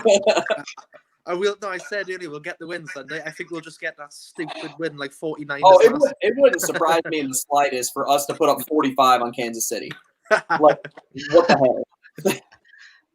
Just go back to that previous comment, Carl, about Matt Ryan. Gets receivers paid, does the best of what he has. I agree with that to the extent of Taylor Gabriel and players like that, Mohamed Sanu. But not with Julio and Calvin. I mean, Calvin's going to be a stud for years. Julio's been a stud for years. Out of his number 2 and number 3, he gets some paid, and that just shows you how good a quarterback he is. By being able to drop it on a dime on top of. You know, even Russell Gage, and people have been going mad for Russell Gage over the last couple of weeks. I'm still not sold on him. And I don't know why, but I've just not been sold on him since we got him. I think he's okay, but I certainly don't think he's worth it. He's a third guy. I mean, that's you don't expect your third guy to bang it out. Like I'd rather have him than like Justin Hardy, for example. Yeah, I mean, everyone's been raving about him since he obviously went Wildcat and through the TD. But I mean, personally, I'd like to see more of Laquan Treadwell. I'd like to see what he can actually do. I mean, he's. What did he do? Why did they drop him early on anyway? I heard he was dropping balls in practice. Allegedly, yeah. Allegedly. But, he's an inconsistent receiver. Because if you look at how he was in Minnesota, when he was on the field, he wasn't. He had the case of the drops, and I think he's also one of those receivers. I'm a first round pick. I might have a bit of an attitude. Yeah, that's down to the coaching to get that attitude out of him. Then. Yeah. I mean, he hasn't shown any attitude in Atlanta because he doesn't get play time. But in the couple of touches he has had, he's got a touchdown and decent yardage. So like I said, I got a lot of bad things to say about Raheem, but the one thing I will say, he manages these guys' egos big time. Yeah, he doesn't let anybody step out and be, and he's lucky that he's got Julio and not Michael Thomas because you don't have to deal with that massive ego. That child part of it.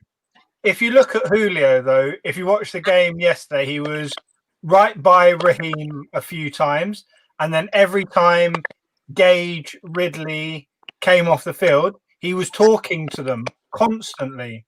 And I think that's what you need from him if he's not playing. Yeah. You need him to be that mentor to say, well, I'm seeing this from the sideline. Why don't you try this? Because I think Gage has improved a hell of a lot in the last few weeks. Granted, he missed the one catch yesterday, but it was a sort of 50-50 ball. If he was a bit further forward, he'd have got it. Yeah, I agree. I think, like you say, Julio's just he's just the perfect team player, and I think and the same goes for Matt Ryan as well, and even Calvin Ridley now to a degree. I think any team in the NFL would be chuffed to bits to have players like that in their team, and I think even New Orleans would be delighted to have Julio over Michael Thomas and not have the issues, that he brings. He's such a like what Tricky said. He's such a likable guy. Everything he does, what he did yesterday, that's a part of you've not seen much. Obviously, he's usually on the pitch, but it was good to see that. In training, he's all over Ridley, all over Gage, trying to improve him and. Ridley's getting better every single week. So I think Gage is, like James said, and I think you can tell by obviously he's got so many years to retire before he's retiring anyway. Man, Rob jumped down Julio's throat if he didn't train those younger guys. Because Julio even admits that he wouldn't be who he is without Roddy White before him. Yeah, absolutely. And I think, you even go back a couple of years when he wanted to be paid. I mean, you didn't see any histrionics from him. You didn't see any massive holdouts in training. He wasn't running to the press every 10 minutes saying he wants to be paid. Michael Thomas would be all up. Michael Thomas would be all over Twitter. A lot of these receivers, putting tweets out and putting a contract talk. It's obviously, even if the clash, obviously you want to sign him, but Julio's literally he's a godsend for any offensive coordinator and for any quarterback. Keep it behind. Matthew was going to say. Yes, sorry to interrupt. I think on the topic of receivers, that's the only place I don't think we need improvement because you're forgetting Christian Blake had a couple of decent receptions the other week, and I thought all of our receivers in general doing really well. And I think it's Zacchaeus. I'm not sure if that's how you say his name. He's Zacchaeus. Yeah, he's not. He made a couple of tidy receptions. Like you said, you got Julio Coach and all these guys. You got Calvin Ridley. He's been one of the best receivers in the league this season. Did you see the game he had yesterday again? He was brilliant yesterday. Yeah, this is why I'm thinking this. And let's face it, when we drafted him, we were all expecting to be a defensive player to come in. So when they obviously went best player available, they obviously didn't expect Calvin Ridley to drop to. I think we were 26. They obviously didn't expect it to drop down to him, and it just shows that going best player available at times absolutely pays off. I know our defense has been absolutely dog shit since then, but I think they timed that just right with Julio just coming out of contract, just as Calvin Ridley's going into his contract year. I think they've played it absolutely spot on. I think you've got to give. It's the only time really I've got to give Dimitrov credit for that. The thing is with Julio, and it's not just the future, talking about the immediate future, he's trying to play in the final 2 games. If it were me, I would be telling him to bugger off home and just try and get ready for 2021. He should not be playing with a dicky hamstring. Yeah, but he gets paid, doesn't he, for playing? Yeah, his base salary he's going to want to get paid, so he's going to want to play. It's not like he's making out like 50p a week, so it's not like he needs the money. And there's no way the Falcons are going to trade him or cut him. So he knows he's going to get paid a hell of a lot next year. So why doesn't he just get himself ready for 2021 when he'll be fully fit? Then that's down to the offense. That's down to the head coach to make that decision for him. I think it's that thing. It's showing the younger players, like, I may only be 70, 80%, but I'm still out here trying to win. It's that thing you were talking about earlier. It's like the culture. Yeah, absolutely. It's the attitude of the player, what he is as a human being, basically. He wants to play every game. But now he's shown the attitude of I want to play every game. I'm going to be ready for the next 2 games. That's, like I said a minute ago, that's then down to the head coach to say, look, we understand you want to play. We want you to play, but we want you ready for next year. It's whether Raheem Morris has got the balls to actually do that. Maybe it's not going to be here next year, so it's a moot point. I think if Julio wants to play and he's fit and he's past fit, you let him play and let Ridley keep learning with him. Yeah, Raheem wants him to play though because he's got a chance to win the games.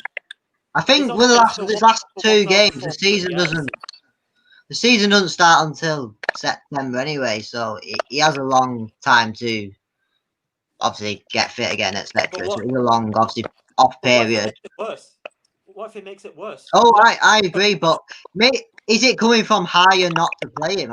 There's only half a blank above him, and McKay, who everyone seems to hate. Is it? I'm not saying half a blank has much in it, but he might be like, don't play him. I'm not saying that's going to happen, but you never know. He's paying the guy. Arthur Blank wouldn't do that. I don't think he's the sort of person to interfere too much in that side of things.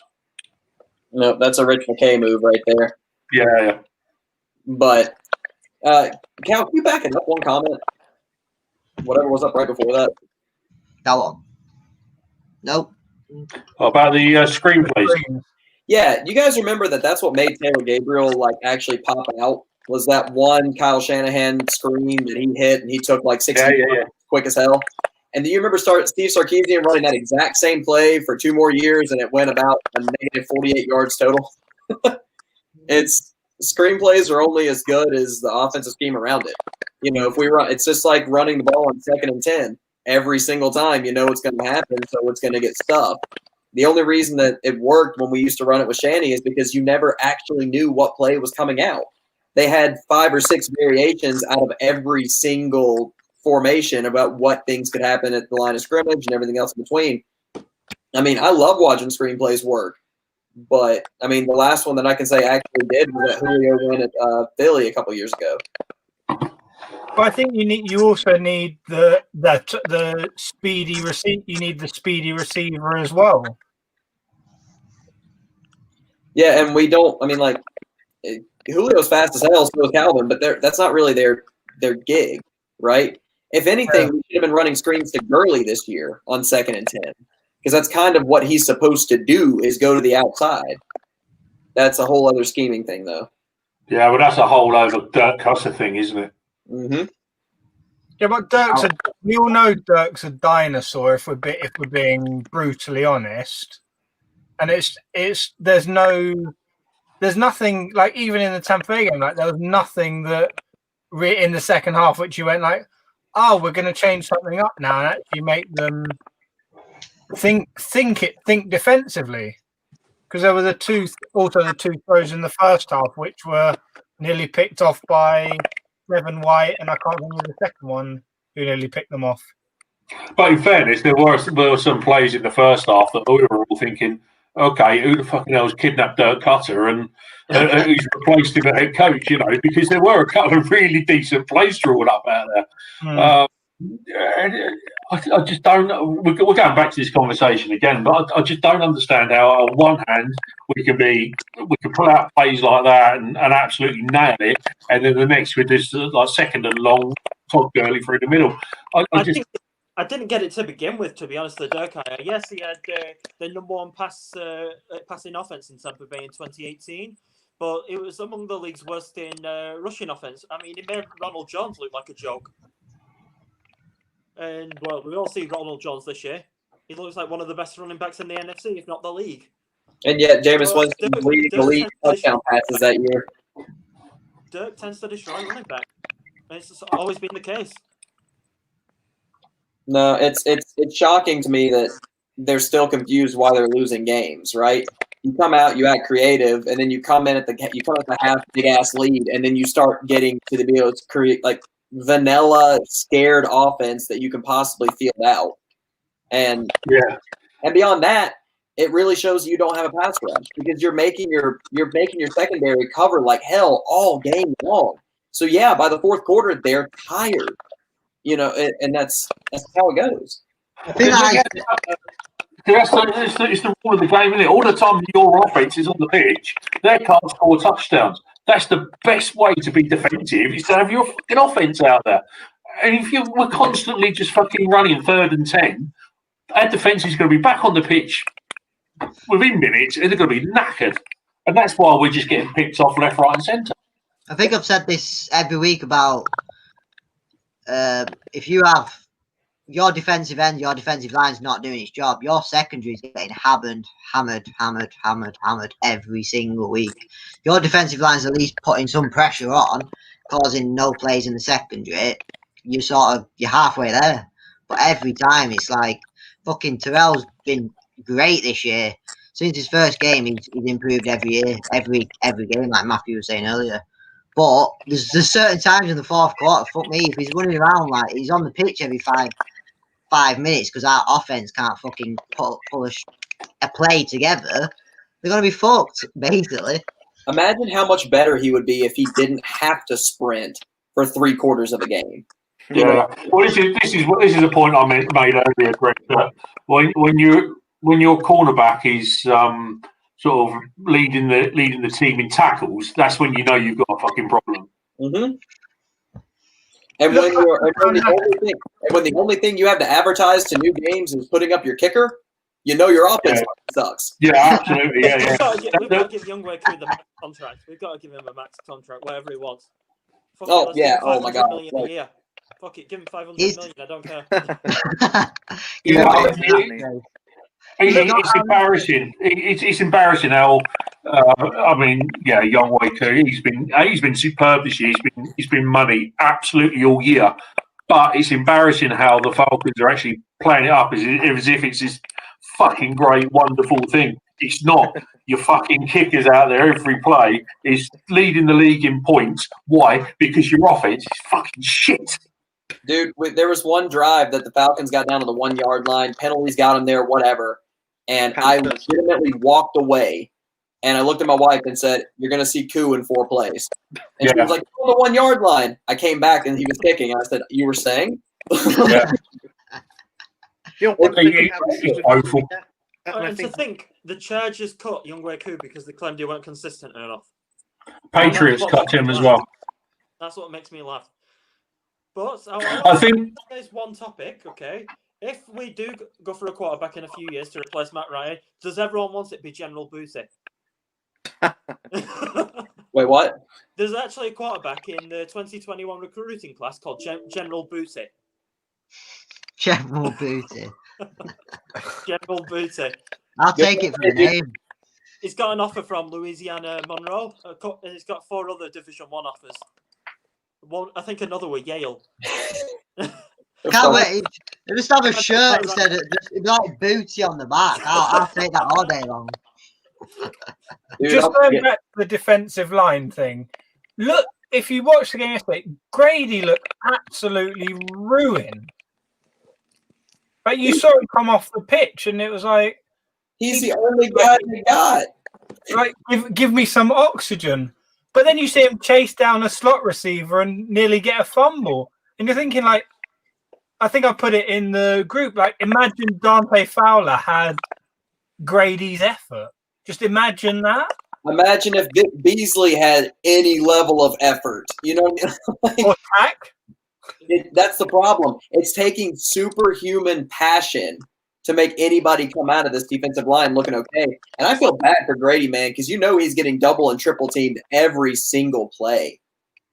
I mean, the likes of Jacob Tuatoi Mariner, Tyler Davidson, Stephen Means, because they actually bring energy, they bring effort. Whereas these high-paid guys like Dante Fowler and last year like Vic Beasley, Arthur Blank was paying him $15 million a year to do fuck all. This isn't just a whole load. Even Alan Bailey hasn't been terrible. No. And he's another one of the lower-paid guys, but he's coming in, he's bringing effort. Those higher-paid guys, aside from Grady on the D-line, are just sitting back and saying, okay, I'm getting paid for the next 2 years. I'm fine. Effort only gets you so far, though. Only gets you know, you can have all the effort in the world, but if you're not good enough, then we're always going to struggle. And that's why Grady is one of those special diamonds in the rough, man. 5th round pick. He's got all the talent in the world, and he wants it. I mean, what I don't understand is how so many general managers overlook the fact that Jesse the Hammer Tuggle, one of the greatest players in Atlanta Falcons history, is his dad. You know, you'd think actually, he's going to have some genes here, surely. Yeah, you would think. Madness. I don't get it. But I think also, like, with the defensive line, like, we're having to manufacture pressure, like having Keanu Neal blitz, I can't think of the other safety who got the wicked sack. I can't think of his name. Yeah, him. The linebackers. We're trying to manufacture pressure instead of actually doing rush 4 and then maybe have an extra linebacker or safety come in as well. Yeah, I just want to go back to a point from slightly earlier when we were talking about TJ Watt. And Jay Watt come back and he actually said Watt is a better outside linebacker in a 3-4 than a 4-3. What? Sorry, was that you? Yeah, sorry. Yeah, but that goes to show that surely if our dean quite clearly shown that 3-4 is not working, then maybe they should switch to a 4-3. I mean, what's there to lose? And I've killed the chat, and I'm going to go and put my son to bed. So I'll be back in a bit. No worries. All right. But I think the one thing with the defense is when we go into prevent in like 3rd and long, you always think they're going to get a first down. That's how bad our defense is. You know how many times I've legitimately thought an opposing offense should punt on 4th down against us? Once. Very few. It's like 4th and 4. I'm like, guys, go for it. You're gonna get it. Like, no, it was with your team who plays soft zone on the 4th and 5. Mm-hmm. But they just get the 5 yards underneath, and it's just like easiest piss. No, I mean it's this team got some serious things to fix. I don't know this necessary talent. It's just good question. That's a really good question.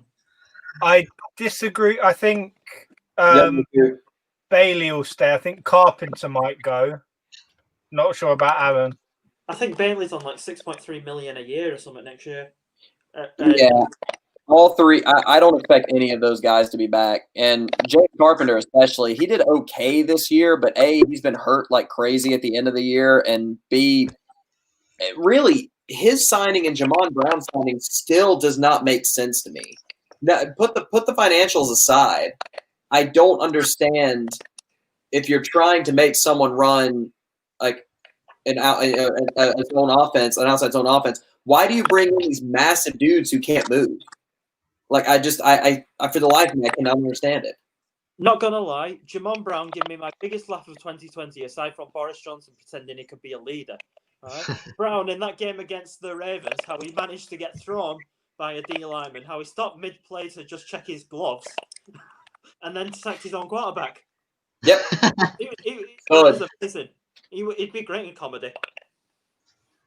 I think McGarry's been. I think he's been decent when he's played. But then we also have a good reserve in. Is it Gano?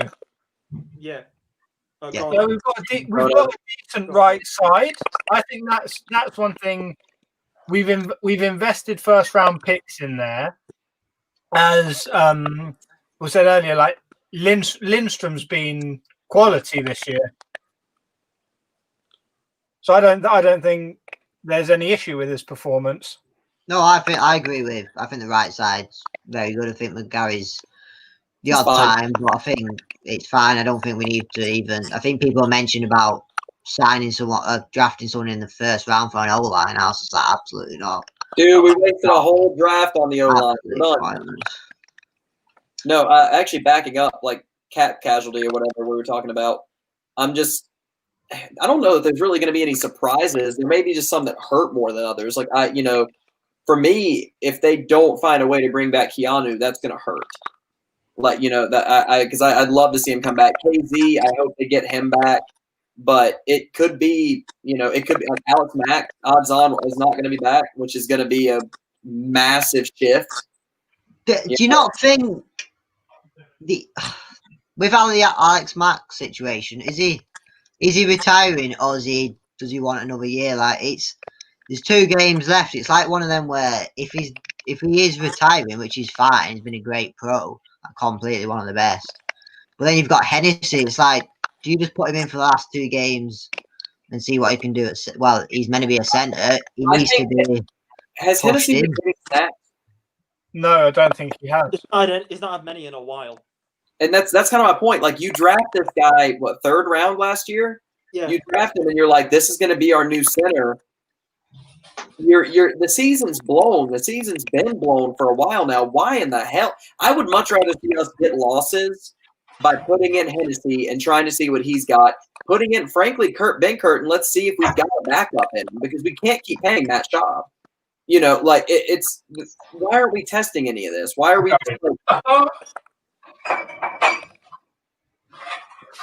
Someone left. What the hell's going on?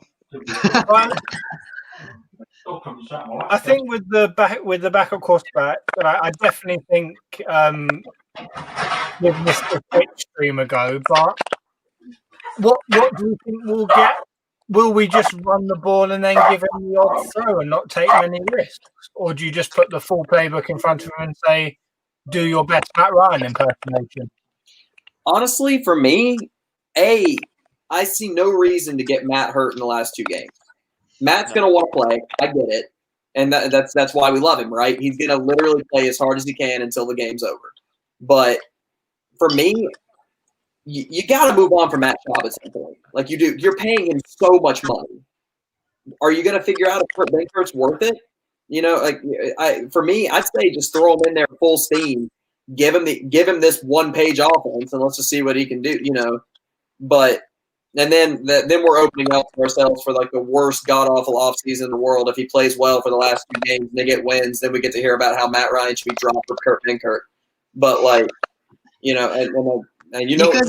can literally write that like Benkert will come in this weekend, 380 yards, 4 touchdowns, beat the Chiefs. Matt Ryan, fuck off. That'll be it. That'll be most of the fan base. Who just like, what? The most of the Falcons fan base needs no excuse to hate Matt Ryan. They literally don't. I've had so many rants at dumb fools. I think I mentioned it on one wanting Sam Bradford to be quarterback next year. I mean, the Sam Bradford who's has not played since 2018, I believe, and even then he was cut midway through the season. Yeah, that's how pathetic it has got. That's a little. I don't know about that. That's just people reaching for names, right? That's just people going like, "Oh, he played in college." It's like, well, yeah, cool. I don't know. There are a few free agents out there that could change anything. There's a reason that good quarterbacks don't get let go. Yeah.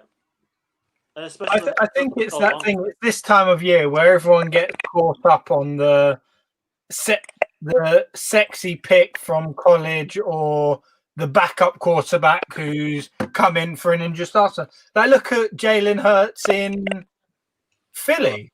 Like everyone's saying he is now the savior in Philly, but he's not. He comes from a offense which has, yes, they've produced quarterbacks, but they've had very, very good talent around him. I mean, the Jalen Hurts thing specifically, like everybody said Carson Wentz was a savior when he was having that MVP season before he got hurt. I mean, it's just people want wins. And, you know, if anything, if as a Philly fan, I would have been pissed if they got rid of Nick Foles. Nick Foles brought him a fucking Super Bowl. And I swear to God, Nick Foles can't do anything if he doesn't have a Philly jersey on. The thing is, people were trying to argue that Wentz was washed last year. I mean, he had something like 27 touchdowns, 8 picks, and like 4,425 yards. And his top receiver was Greg Ward, a former quarterback. So that does not sound like a guy who's washed. He's not washed. He's just lost confidence. He's just lost some confidence. And that's all he needs. It was like Mitch Trubisky since he's come back, and he's been great for the Bears. He has been helped by a good running game, granted, but he's been playing really well. Also, speaking of the sexy pick out of college, I'm willing to bet that Trevor Lawrence will be coming out of Clemson this year.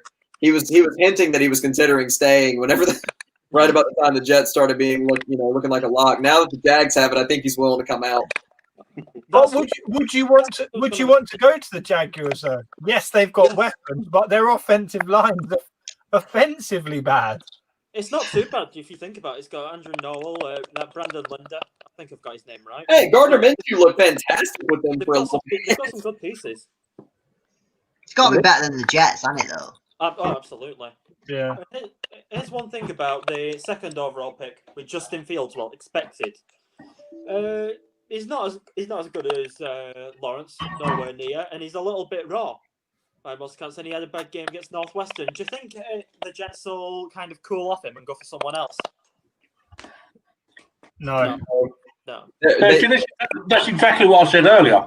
This is exactly what I said earlier when I said that they might actually pass on Fields and keep with Darnold for a couple of years.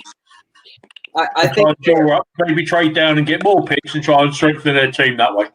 I think they're going to go for the sexiest pick in the world because Gacy's not going to want to. Gacy's going to be gone. They're not going to want to keep. They're not going to keep Darnold at this point. They've given up on him, which I think is ridiculous. I don't think he's a bad quarterback in the slightest. But I think they're kind of like us with our coaches. I think they're just wanting to new. Let's just get new. Yeah, I think the top 3 picks are going to be the 2 quarterbacks. Then the tackle from Oregon, and then it's a free-for-all. Who knows what's going to happen? Kind of like last year. First, 3 picks were just unanimous. Everybody knew, and then it just started. You start hearing the commentators go, "Whoa, really?" I think I think if are we 4th or 5th at the minute? 5th at the moment. I think Carolina's going to be the outlier pick. They could just literally go a quarterback needy team. Someone's dropping. How much can we actually get from them? I think they're going to be the one who'll trade back. I'm not entirely worried about them though. If they stay put, if we stay put at 5th, we might actually have our pick of any defensive player we want. Because you assume that it's going to be those 3 offensive guys going first, and Carolina had 9 picks last year in the draft, and they took all defensive guys. I don't think they're going to go defense again. They could go for a quarterback because Teddy Bridgewater hasn't been perfect, and they might want a quarterback that can come in and let Teddy be a mentor for a couple of years. Would you do that in that situation though, or would you try to chase somebody that can actually start changing the franchise a little bit? It depends on how confident they are in Teddy. I mean, if they're not incredibly confident that he can be the guy to carry him forward, because Matt Rule has always had a 3-year program. I mean, in his first year at Baylor, they were shite, and then by his 3rd year, he got him into a championship game or something like that. So they'll have to have questions on whether Bridgewater can be that guy to carry him. Me personally, I think Teddy can very well get you a couple of years. Yeah. Like, but also when you get Christian McCaffrey back and he's not laid up all year long, I think, he can carry you to 5 wins by himself, literally carry you. Yeah, he's one of my favorite running backs, not going to lie. He should be. I'd love to have him. He's the one that can single-handedly ruin my fantasy this year. I drafted him. I was looking like number 1, and then I literally missed the playoffs when he got hurt. Me and you both, Greg. But luckily, I still got the final with David Montgomery, so I'll take that. I have number 1 pick. Two of my top 3 were McCaffrey and George Kittle, and when they both got hurt, I was done. Julio was my number 1 pick, but then I got Deshaun Watson and traded him off all McCaffrey. It's like unbelievable. Who the hell traded? Good gracious. Anyway, yeah. I don't know, man. Like, draft's gonna be interesting, but it would be kind of cool if we got to the 5th pick and no defensive guys are coming off the board, and we have all of college football waiting on us. I think the only concern is the opt out for the COVID and the players not playing, and whether it's going to affect their draft stock, and whether they're actually going to be in a position to be able to go straight into the NFL and straight into the 53-man roster. I think the scary thing is it's like looking at, like, for example, McShay and Kuiper's big board, and you're seeing like wide receiver as the 4th and 5th best players on there, and it's like, oh shit, are we going to? I will throw my fucking lap beaver at 5. Not even if he's from Alabama. Even if he's from Alabama. No. One thing I'd like to see is us solidify that cornerback 2 spot. So why not get a Patrick Surtain or something like that? Or there you go. Like, I would not. At the same time, I want to see free agency before we completely put this on there. I want to see what our defensive line looks like at this point, because we've been relying on getting those high cornerback picks for so long, the Trufants, the Robert Alfords, and it's not working. We've said it 1,000 times. We've got to get a decent defensive line to back up the secondary, or by the 4th quarter, we're going to keep screaming, why are we blowing leads? The problem is, if we're going to do a free agency, we're going to be dragging the bottom of the bargain bin anyway, because we're just not going to be able to afford to go out and make a splash. A lot of teams aren't, though. With this dropping back, there's a lot of teams that are fucked. So absolutely. I'm thinking I said this last time, I'm thinking the markets on a lot of these guys are going to start dropping just because you physically can't afford them, and it's gonna suck for them. I don't want it, but all of a sudden, guys that last year would have been making 3 times what they can get, no one can pay them, and if they want to keep playing, they're going to have to take a smaller cut. Because, like I said, if I read correctly, the Saints are in a worse situation than we are. I think they're $100 million over the projected cap.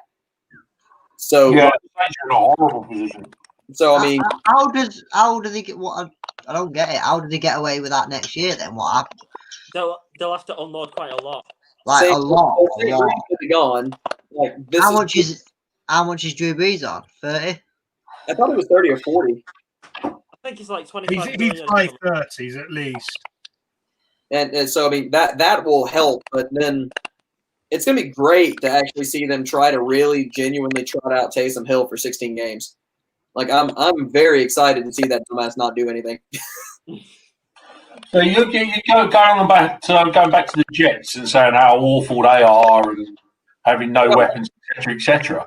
I'm just having a look now at the salary cap estimates for next year, and they're estimated to have 71 million in cap space with 190 mil cap limit. They can, with players dropping their asking price, as you've said, they can actually make a bit of an impact on free agency next year. Yeah, they have several draft picks too. Yeah, they do. Yeah. Actually, they could very well turn a corner next year. I'm not saying Super Bowl, my God, but they could actually go from complete bottom of the barrel to something. Because they've got the Seattle pick this year, but that'll be quite low. Ish. I mean, Seattle's dropped 26, 27 probably in that sort of range. And also goes with same goes with the Jaguars as well. You're saying about Trevor Lawrence and what have you in the Jaguars offensive line. They've also got 75 million in cap space with a 190 million cap limit, so they could go out and make a splash too. I mean, it's us, and at the bottom it's the Saints, Eagles, us, and the Steelers, who are absolutely bent over backwards. The cap thing might get blown out of proportion because Pro Football Talk reported like they were going to run with a flat salary cap. It was like the NBA and NHL have done. So that is a possibility in my eyes. And if that happens, we're not that much over, I don't think. No, but be in a better position. And let's say we get 5th overall pick and someone like Gregory Rousseau's there. Do you think he could unlock Dante Fowler? I don't think it's a player. No one can unlock Dante Fowler. But like right there, though, I don't like that mentality. I don't like the idea of pushing contracts down the line because that's kind of why we're in the shit situation that we are right now. I was just thinking exactly the same thing. You might as well take the hit now for the next 2-3 years, then restart. Don't keep pushing shit along because every time you do it, you're in the same situation in 3 years' time. Take the hit now and then you push contracts down the line when you're ready to go all in on a win. When you're ready to look up and say, this is our year to win, push, get the extra guys, make the push. We are not in a winning situation right now. We're not like if we get lucky and pull something off, stellar. But the reason that Thomas Dimitroff is hated on so many fronts is because we push Matt Ryan's big ass pay down the line so much that all of you that hate Matt Ryan and want him gone, we can't. That's just Julio as well. I mean, do you look at the only real contracts that we can kick down the road is what Grady, Dion Jones, Julio, and Jake Matthews.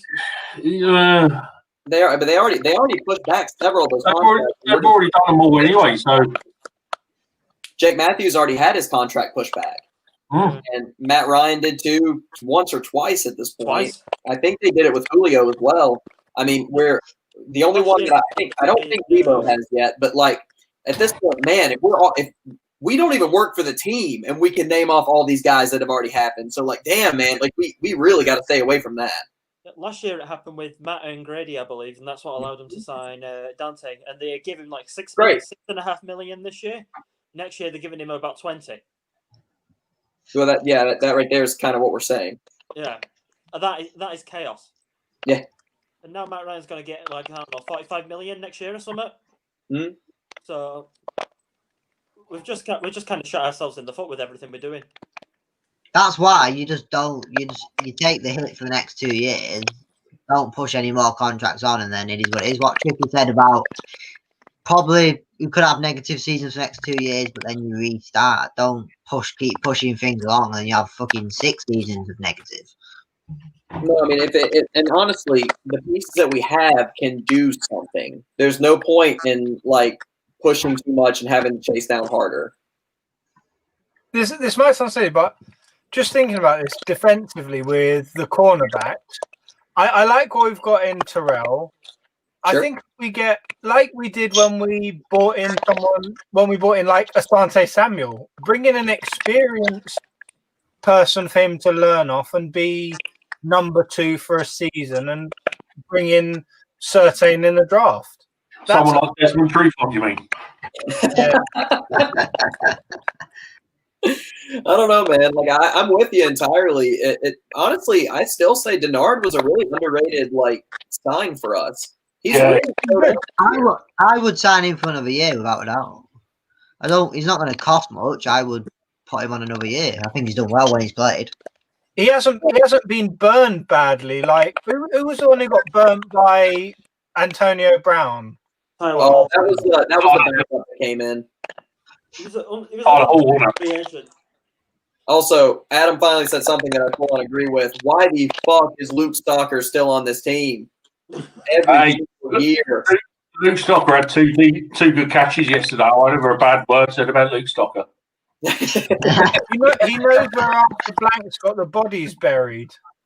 It's just that dude. I swear to God, I've seen when Dirk Cutter will scheme to Luke Stocker when you have Austin Hooper on the field or Hayden Hurst or Julio? Like, why are you scheming to, like, the dude who's known as not catching?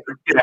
But we've been doing that for 2 years. I remember them going to him in the end zone, with something like a 50% catch rate or something stupid like that. And they're going to him, and you just think, he's a blocking tight end. He is not. He's not catching. Have you seen the packages they come rolling out on 3rd and goal? They come rolling out with dudes that don't catch. Like Julio and Calvin are off to the side, and you're like, what are you doing? Yeah, Ty Sambrailo. Yeah. Hey, that play looked cool. That was probably one of the funniest things. That's just like me trying to run into the end zone. Like, funniest thing. But no, you go back about Luke Stocker. I mean, Luke Stocker reminds me of what was his name? We got him from Tennessee a couple of years ago. He's really bugging me. And he actually did really well for us. And then sort of obviously drifted off towards the end. That's what Luke Stocker reminds me of. And what I'd actually like to see is us flex Jared Pinkney and play him over someone like Luke Stocker as the third tight end to see what he can do. Yep. I mean, he was highly rated, wasn't he, in that one season? Before having to go behind a horrible line. There he is. Ben Hertzstock. Means nothing to me. Don't know college players.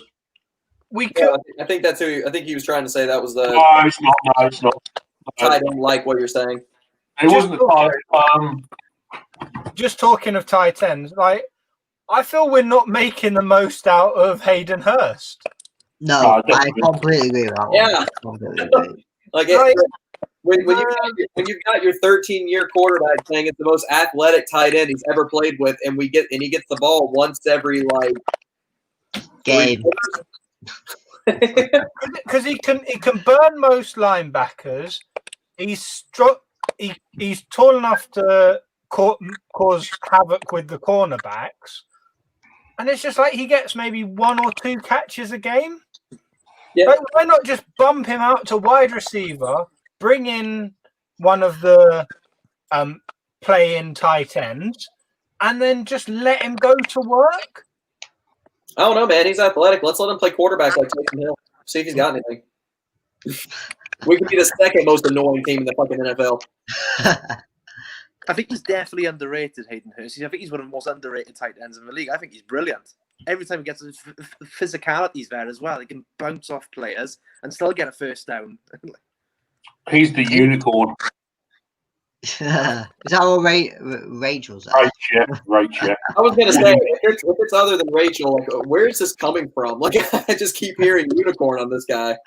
Yeah, he's the unicorn. His long flowing mane flapping gloriously behind him as he canters off down towards the end zone. As he runs back to the sideline because we never fucking use him. Yeah.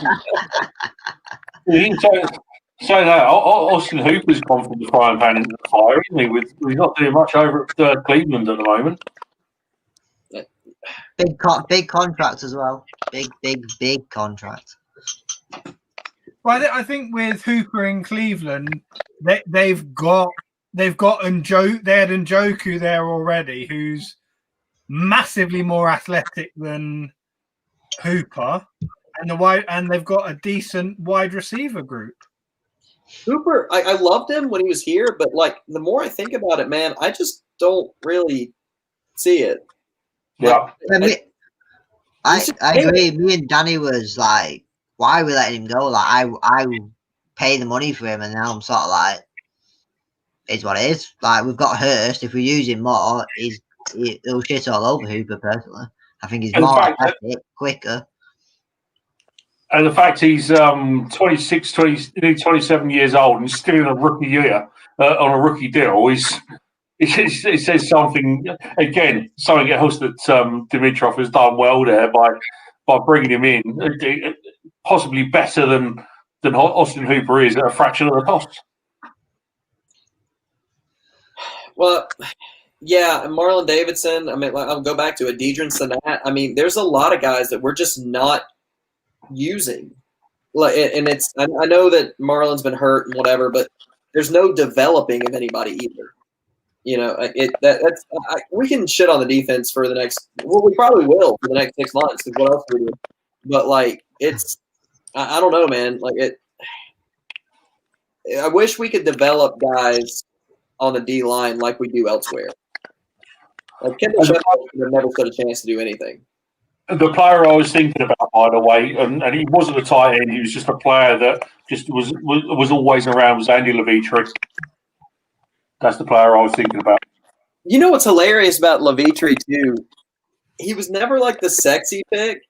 No.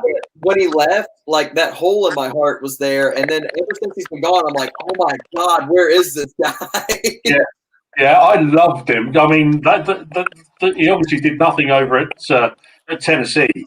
And when we picked him up, I was like, oh god, what we've done here? And he was brilliant for us. I loved him. I really did. I mean, like he wasn't the weakest part of that Super Bowl offensive line either. I mean, Chris Chester probably was the unanimous like, what the hell is he doing on the field guy? But even then, it didn't matter. He was the player I was trying to think about. He was just sort of always all around, doesn't do much. You don't notice too much, should I say, but always does something. He's one of those lunch pail. He's one of those lunch pail players. Just gets in there, does his job, goes home. Yeah, pretty much. Yeah, which is what we need from an offensive lineman. We don't need them to be flashy. We just need them to keep Matt Ryan up for about 5 seconds so he can throw the ball.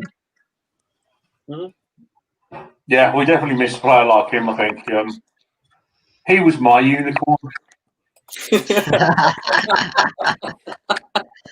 going to go around and ask who's everyone's unicorn is.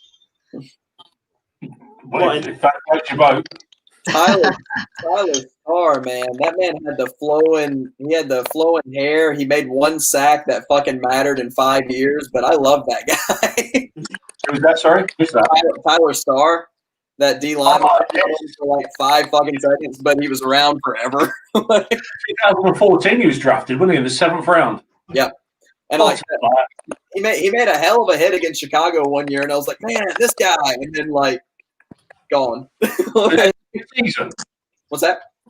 Pre-season, wasn't it? Yeah, it wasn't much. I don't remember it, yeah, because he featured on Hard Knocks, if I remember. And they interviewed his dad, and you're right. He was the one you were all rooting for, wasn't he? In that Hard Knocks. What a player! What a man! No, always pull for the guys with the long flowing hair. Yes. Only because I haven't got any. Just wishful thinking. I'm not really working with much either, so it's fine. Like why I wear hats. I embrace it. Right, I better go see if my son's in bed now. I'll be back in a minute. I've got to say my unicorn was Devonta Freeman. I know that's a bad word when he got his extension, but when he was his younger self, and do not talk paid a boatload of money. That man worked so hard. I love Devontae. I know, everyone's pissed about his extension, but he was playing great. You pay the man. Like he really showed out when he was here. Like I hate this shit of like superstar. We all hate him. You know what I mean? Like appreciate what he did when he was here. Yeah. I think appreciating the players. I think we took Michael Turner for granted. Yeah. And ran him into the ground, and then like with Abrahams, haven't really replaced him. Oh no, we didn't underappreciate John Abraham when he was here, though. He was. Oh no. I mean, when he put Jake Delhomme into the dirt like 7 times in one game, man, that dude was something else. Just think about this.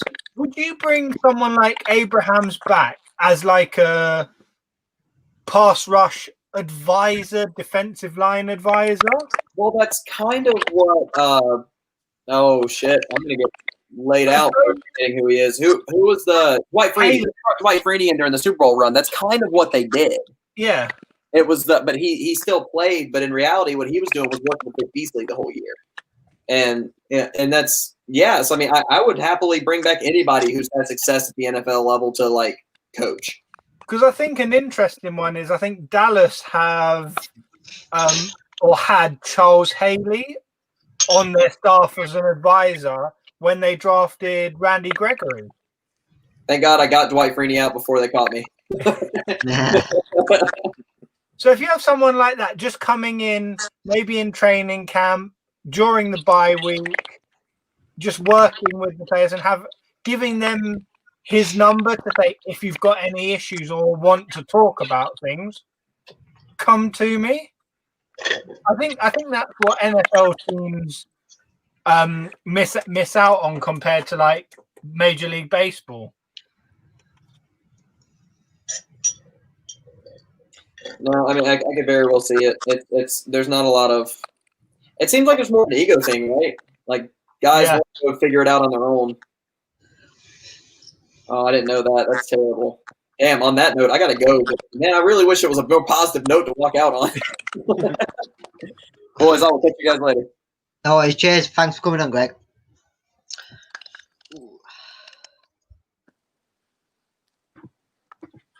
All right. Yeah, we've already heard about that one, haven't we? Have two people just left at the same time? No. Todd Gurley doesn't start anymore. No, like I said earlier, it's the fact that Ito Smith has come straight into number one rather than Brian Hill stepping up one is notable as well. I think that means Brian Hill will probably be on his way at the end of the year as well. I think everyone's got the same opinion about Hill. About Smith. I think they like the way he plays. He's strong. He sort of gets through the middle more compared to Gurley. I think everyone mentions his last concussions, etc. in the last few years is his downfall not to sort of play more plays. Do you think possibly. Gurley? Yeah. Yeah, he's gone. Yeah, in fact, I'd be surprised. Yeah. Do you think we can get a decent trade for him? Maybe not necessarily a first or a second rounder, but do you reckon we get a third or a fourth? Depends who in the playoff wants him as a backup. As I said earlier, he's not going to go anywhere anymore as a number one running back. I think he's shown now that he can't be a number one running back. If there's any playoff team that's running back needy, then maybe, but I don't think so. It's a shame, really. It's a shame his knees couldn't stay healthy because there was definitely glimpses this season where he looked a good player and he actually made plays. I mean, yeah, it wasn't frequent, but there was those instances where he actually scored a few TDs, made great plays. But it's the injury. I think the injury's knackered his career. I think falling into the end zone didn't help it either. I think that's killed him a little bit. But anyway. Do you mind if I get going? I've just had some bad news. No, don't worry about it. Don't worry about it. Yeah, I'm gonna call it quits as well. Yeah, we'll end the show now. So thanks for listening, everyone. It's been a great show. 2.5 hours. I think that's our record. So nice thanks for everyone coming well. on. Thanks, Tricky. Thanks, Matthew. Thanks for everyone else who came on tonight. Appreciate it all. Take it easy. See you later.